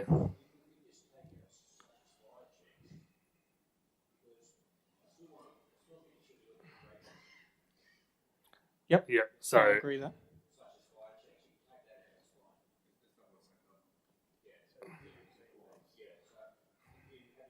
Yeah. Yeah, and I think just in the first line, if we get rid of ask the general manager to, so it just says that council contact. Yeah. Council contact. Yeah. Excellent. Councillor Painter. While I agree with Councillor Olsen's sentiments about the cost of living for our residents, I don't think the council has any place in dictating to people what they do with their properties. I do think that we should look at a rateable thing on those Airbnb, so there is a benefit back to the community. Most you know, and I would just disclose, I have properties in the area, and they are a mixture of rentals and Airbnbs. And I would be more than happy to pay a higher rate. Of course, the people that are using those are from out of town, using our roads and our facilities, and I think it's fair that we should contribute. My family is affected by the cost of living and cost of rentals. It's difficult. The market will do what the market will do. I don't think it's up to the private sector to provide housing for residents. It's really more of a government responsibility on a state government, which has been neglected over the last 30, 40 years. And without being derogative, some of the rentals or the renters that you have are less than desirable, and they don't help themselves in the way they treat properties. As a Airbnb, they're in there for a weekend and they're out, so it's much easier to manage from that point of view. It's a complex problem, and I don't know the answer to it either, but I am very sensitive to the homeless situation, the cost of living for young families and those on low incomes. It is a problem, and I think it's going to be an increasing problem as we move forward. And like Councillor Olsen, we've had a couple of discussions about this, as I have with most councillors here. It's a complex situation with no easy and no quick fix answers, but I do agree with some of the points in there, and but I do see it from a different point of view as well, where it's not really a council responsibility or a private sector problem to provide housing to people. Okay, Councillor Sander. Thank you, Mr. Mayor. A question to the Planning and Environment Director. When council gets a DA, does the owner have to submit anything as far as identifying whether it's going to be an Airbnb or whatever, or just a private home? Director. Through you, Mr. Mayor, no. Thank you. Councillor Dunn.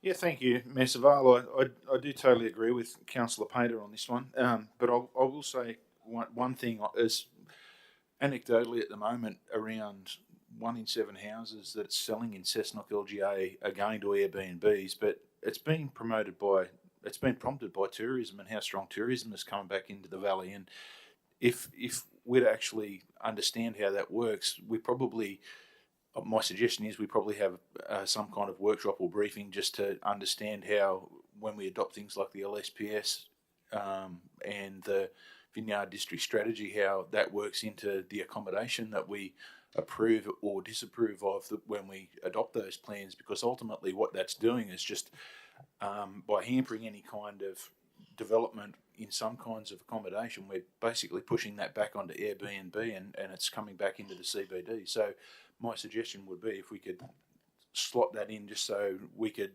as councillors, understand a little bit more about those parts of the policies that we do adopt. Yep. Thank you, Councillor Dunn. We'll need to go to Councillor Moores, and just before we do that, Councillor Olsen, just in the last line where it says rising costs of living expenses, we'll just need to add in after expenses that are, and then remove I believe this is, just as so it says that are causing. Just as it will be a resolution of council, not from an individual. Councillor Moores. Thank you, Mayor. Just to the Director of Planning. Do you go out and have a look at the places that want to be an Airbnb? Because the reason this question is firing at you is in Cooper Street there's a double-storey garage which faces the roadway going up Cooper Street, which has now had a front door put on it next to the double roller door, which is now going onto an Airbnb. Which to me, I don't care how you put them in, but let's make it classy. I mean, you don't go, let's go and turn a garage into a B&B, you know? And it's happening now. So, Director. Through you, Mr. Mayor. No, we don't go around looking for properties that might be Airbnb if we, because there's no, you're allowed to have an Airbnb if it's permissible in that zone. If we got a complaint about a property being used as a dwelling in a zone where you're not permitted to have dwellings, then we would respond to that. But yes, we don't go and determine whether a property is Airbnb because there's no reason to do so. Okay, we'll talk later. Councillor Hawkins. Thanks, Mr. Mayor. Look, I would just be concerned that we're creating another cost, another regulatory burden on ourselves to be trying to enforce this. We always talk about cost shifting onto local government. Are we going out of our way to find a problem that we're going to want to solve? I'm not sure if there's any way that the state government would help us with funding of this enforcement, would they? Is that a question? Or It's a question. Is what are we actually, when we're talking about restrictions and regulations, imposing regulations? Now, I'm assuming that comes with, obviously, we're going to have to enforce the regulations that we're trying to impose. How do we practically do that? Director. Thank you, Mr. Mayor. I do have some experience of this. I did a study trip to Whistler in British Columbia, and they had problems. It's a ski resort town. They had major problems with Airbnbs and people renting out their properties. They introduced a provision where you weren't allowed to rent your property out for more than 30 nights to different people. So you could still rent it long term, but you couldn't rent it for more than 30 nights short term. But in order to regulate that or control it, they had one full-time person at council who spent their entire time surfing the internet looking for properties that had been advertised for Airbnb and matching it up to their database. So it's quite a significant impost if you try, in that situation. Now, there may be other regulation that's cheaper. Certainly through the rating system would be probably very easy. But yes, any additional controls that you put on, if you're going to enforce them, they're going to cost. I'm thinking 1,000 properties that we're claiming here. That's more than one person's job to regulate those. Okay. Source of funding. Closing debate. Councillor Olsen. Well, look, there's easy. We don't know what regulations are going to come out of this at all, if any. But if we don't start the discussion with the rental problems we have in this community, if we don't start a discussion now, it could be way too late. I know sometimes I think it is already too late to get away from us here. But if there is a cost, like I know as council staff read my Facebook page every day, maybe they could do that instead of read my Facebook page. There's ways they can get around it, and if we've got to put regulations in place so that we can supply more housing for residents of Cessnock, we'll have to find the money. I'm more concerned about the residents of the area that are having to move out because they can't find a rental property, than having to find a cost that we don't know if we're going to have a cost yet, or if there's going to be anything imposed or anything we've got to do, unless we start moving forward with this. We don't know what it's going to be, and if it costs us $100,000 a year, so 100 families can find homes in Cessnock, I'm happy to pay $100,000 of ratepayers' money to do that, because that's what we need. We need homes for these people that live here and have a surety that they're not going to get thrown out on the street. Airbnbs I totally agree with Councillor Painter. It's up to the owner of the house what they do with it. But we've got no real restrictions other than they've got to sign up with the state government and have smoke detectors in their house. Other than that, there's no restrictions on what they have there. How long the mattresses are in there, how long anything's in there, what's in the place, how many people stay in it. There's no restrictions whatsoever. And at this stage, all I'm getting told by people is I can't find rentals. and I know I've spoken to one real estate agent that does rental properties, and he said, I can tell you, he said it comes in the door and it goes straight back out. And he said there's 100 people got their names on it. And he said we've got to pick one person out and tell the other 99 they're missed out. He said it's getting a really hard job to do. So if that's what you want, don't support the motion. But if you want to try and help developers and owners of rental properties, it's all up to them what they do. But if we don't have any controls or regulations on it, this problem could get worse. All I want to do is get the ball rolling and get started with the state government and saying, what can we do? If we haven't got a conversation going, we're going to come back in 12 months' time and we're going to say, well, what are we going to do to help the people of Cessnock? It's been a lack of funding in social housing for many years. I believe that was stopped back 20 odd years ago. And that's put all this pressure on companies like Compass Housing, who do most of the work for them, all been privatised, yes. And that's caused more problems for us, again, by privatisation. So I just hope that councillors understand what I'm trying to achieve here. If there is any cost, come back to council. We'll find out when we find out. But if we don't do something now, it's going to be too late. If we knock this on the head, in 2 years' time, there'll be new council coming in here and they'll be saying, what are we going to do for the people of Cessnock?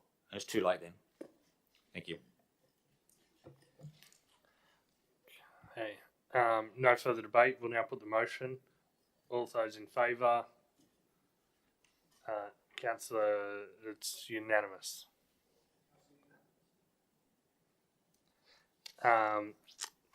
Moving on to BN 25/2022, Councillor Olsen.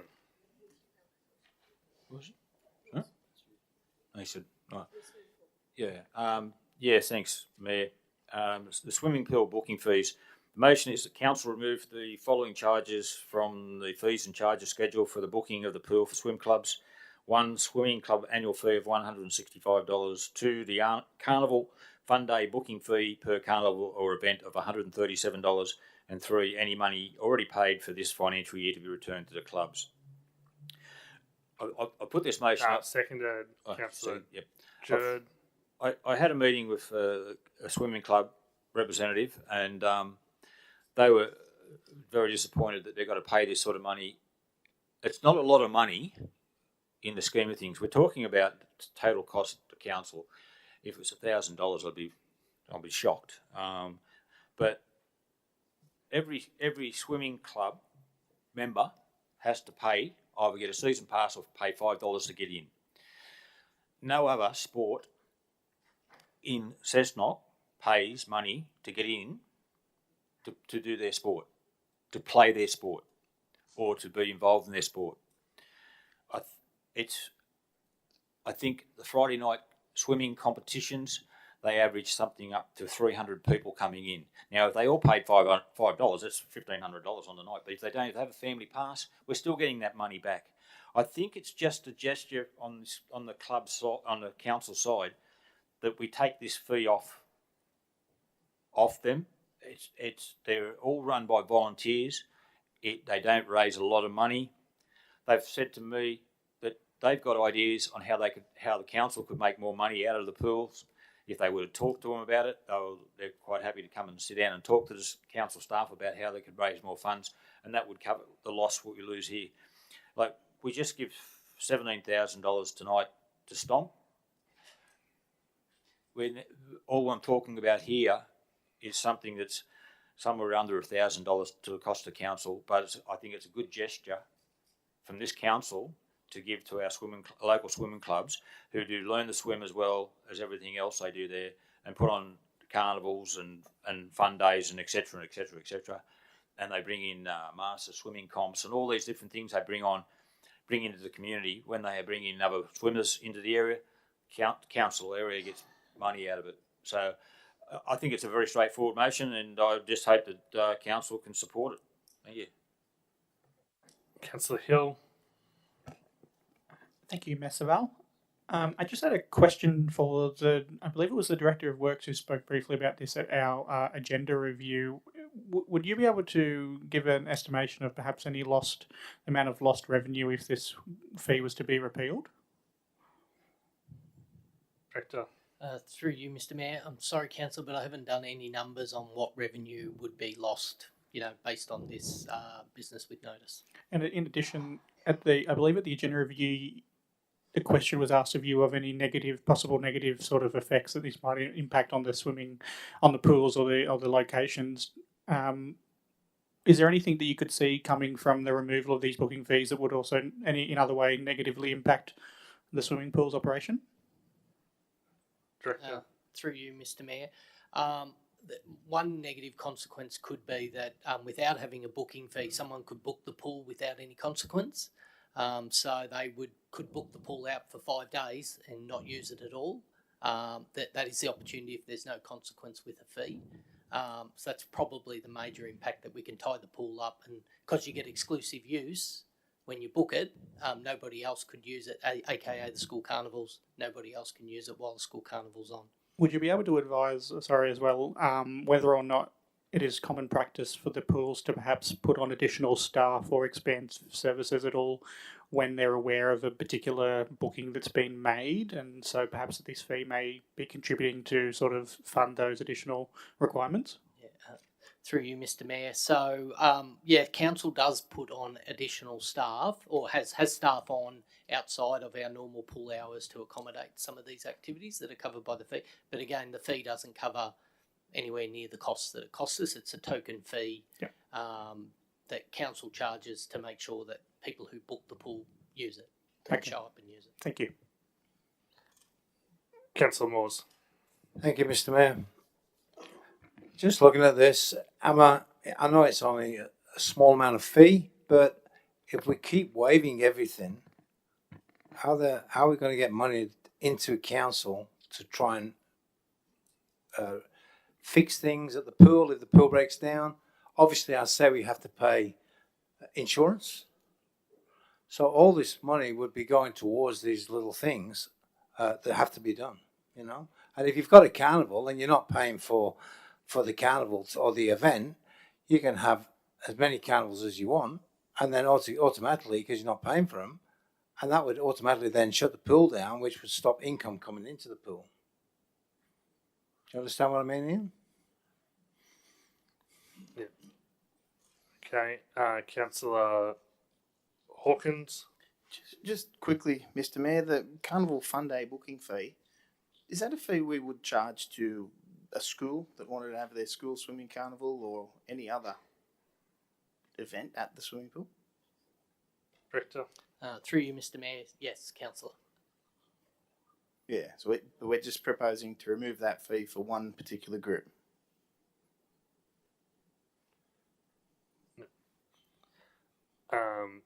Is that another question, or is that Clarification. That's what this motion is. One group, not all groups. Is that for Councillor Olsen?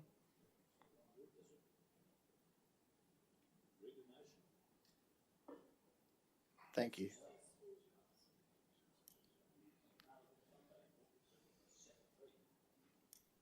Well, it says swim clubs in one part of the motion, and then it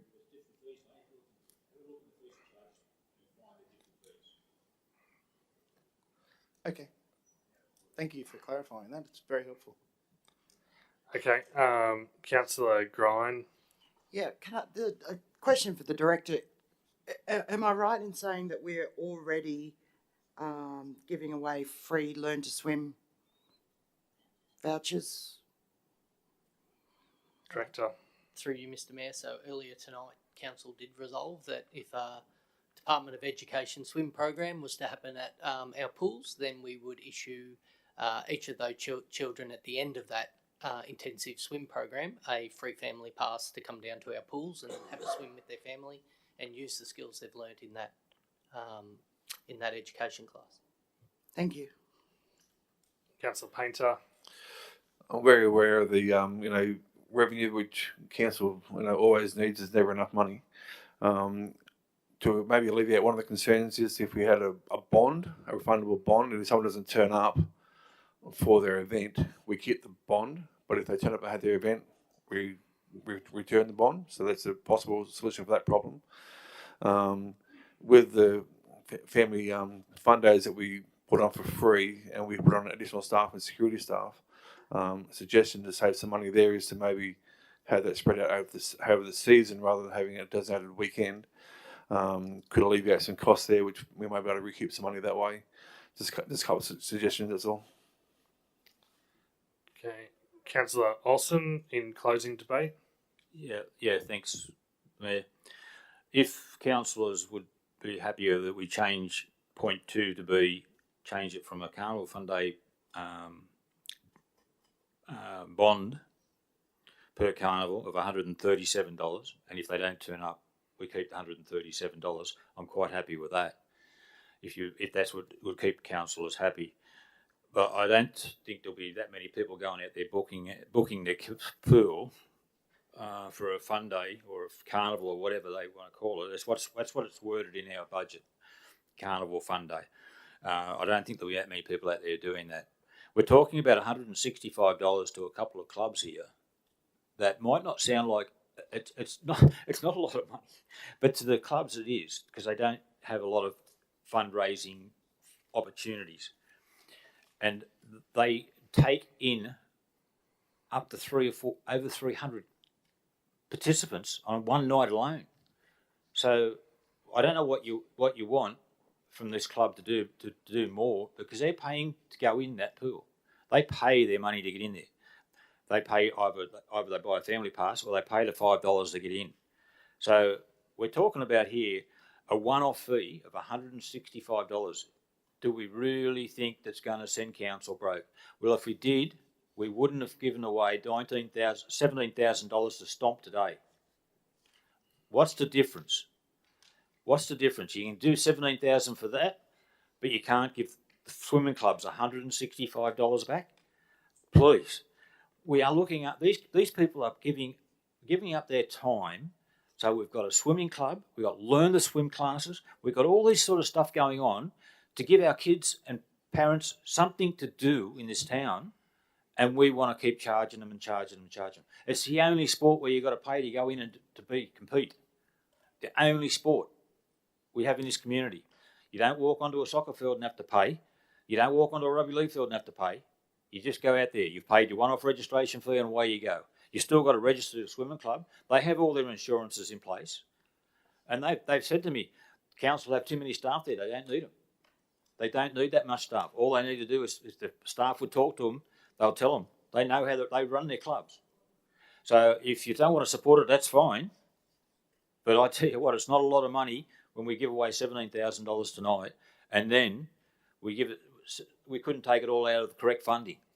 So I think it's very petty for the councillors if we can't support this motion tonight, because I think it should be, we should be looking after these people that are looking after and helping our kids learn to swim and have competitions for them, and hopefully one day get to achieve whatever they try to achieve with their sport. I've said many times in this council chamber, I support everyone doing their own sport, whatever it may be. And even if I don't like watching tennis, but I still support people that want to play tennis because that's their chosen sport. But, let's be real. $165 for a club, it's not a lot of money for this council. At the end of the day, it's only going to cost this council probably $1,000 to $2,000 at most, including all the schools coming in there.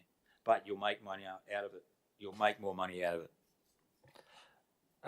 Councillor Olsen's closed debate. Yeah, Councillor Olsen has closed debate, Councillor Sanders. So we'll now put the motion. All those in favour of the motion. This one's your motion, Councillor Olsen. So Councillor Painter, Watton, Olsen and Jerd. Those against, Councillors Jackson, Moores, Dunn, Grind, Sander, Hill, Hawkins and Savell. Declare the motion lost.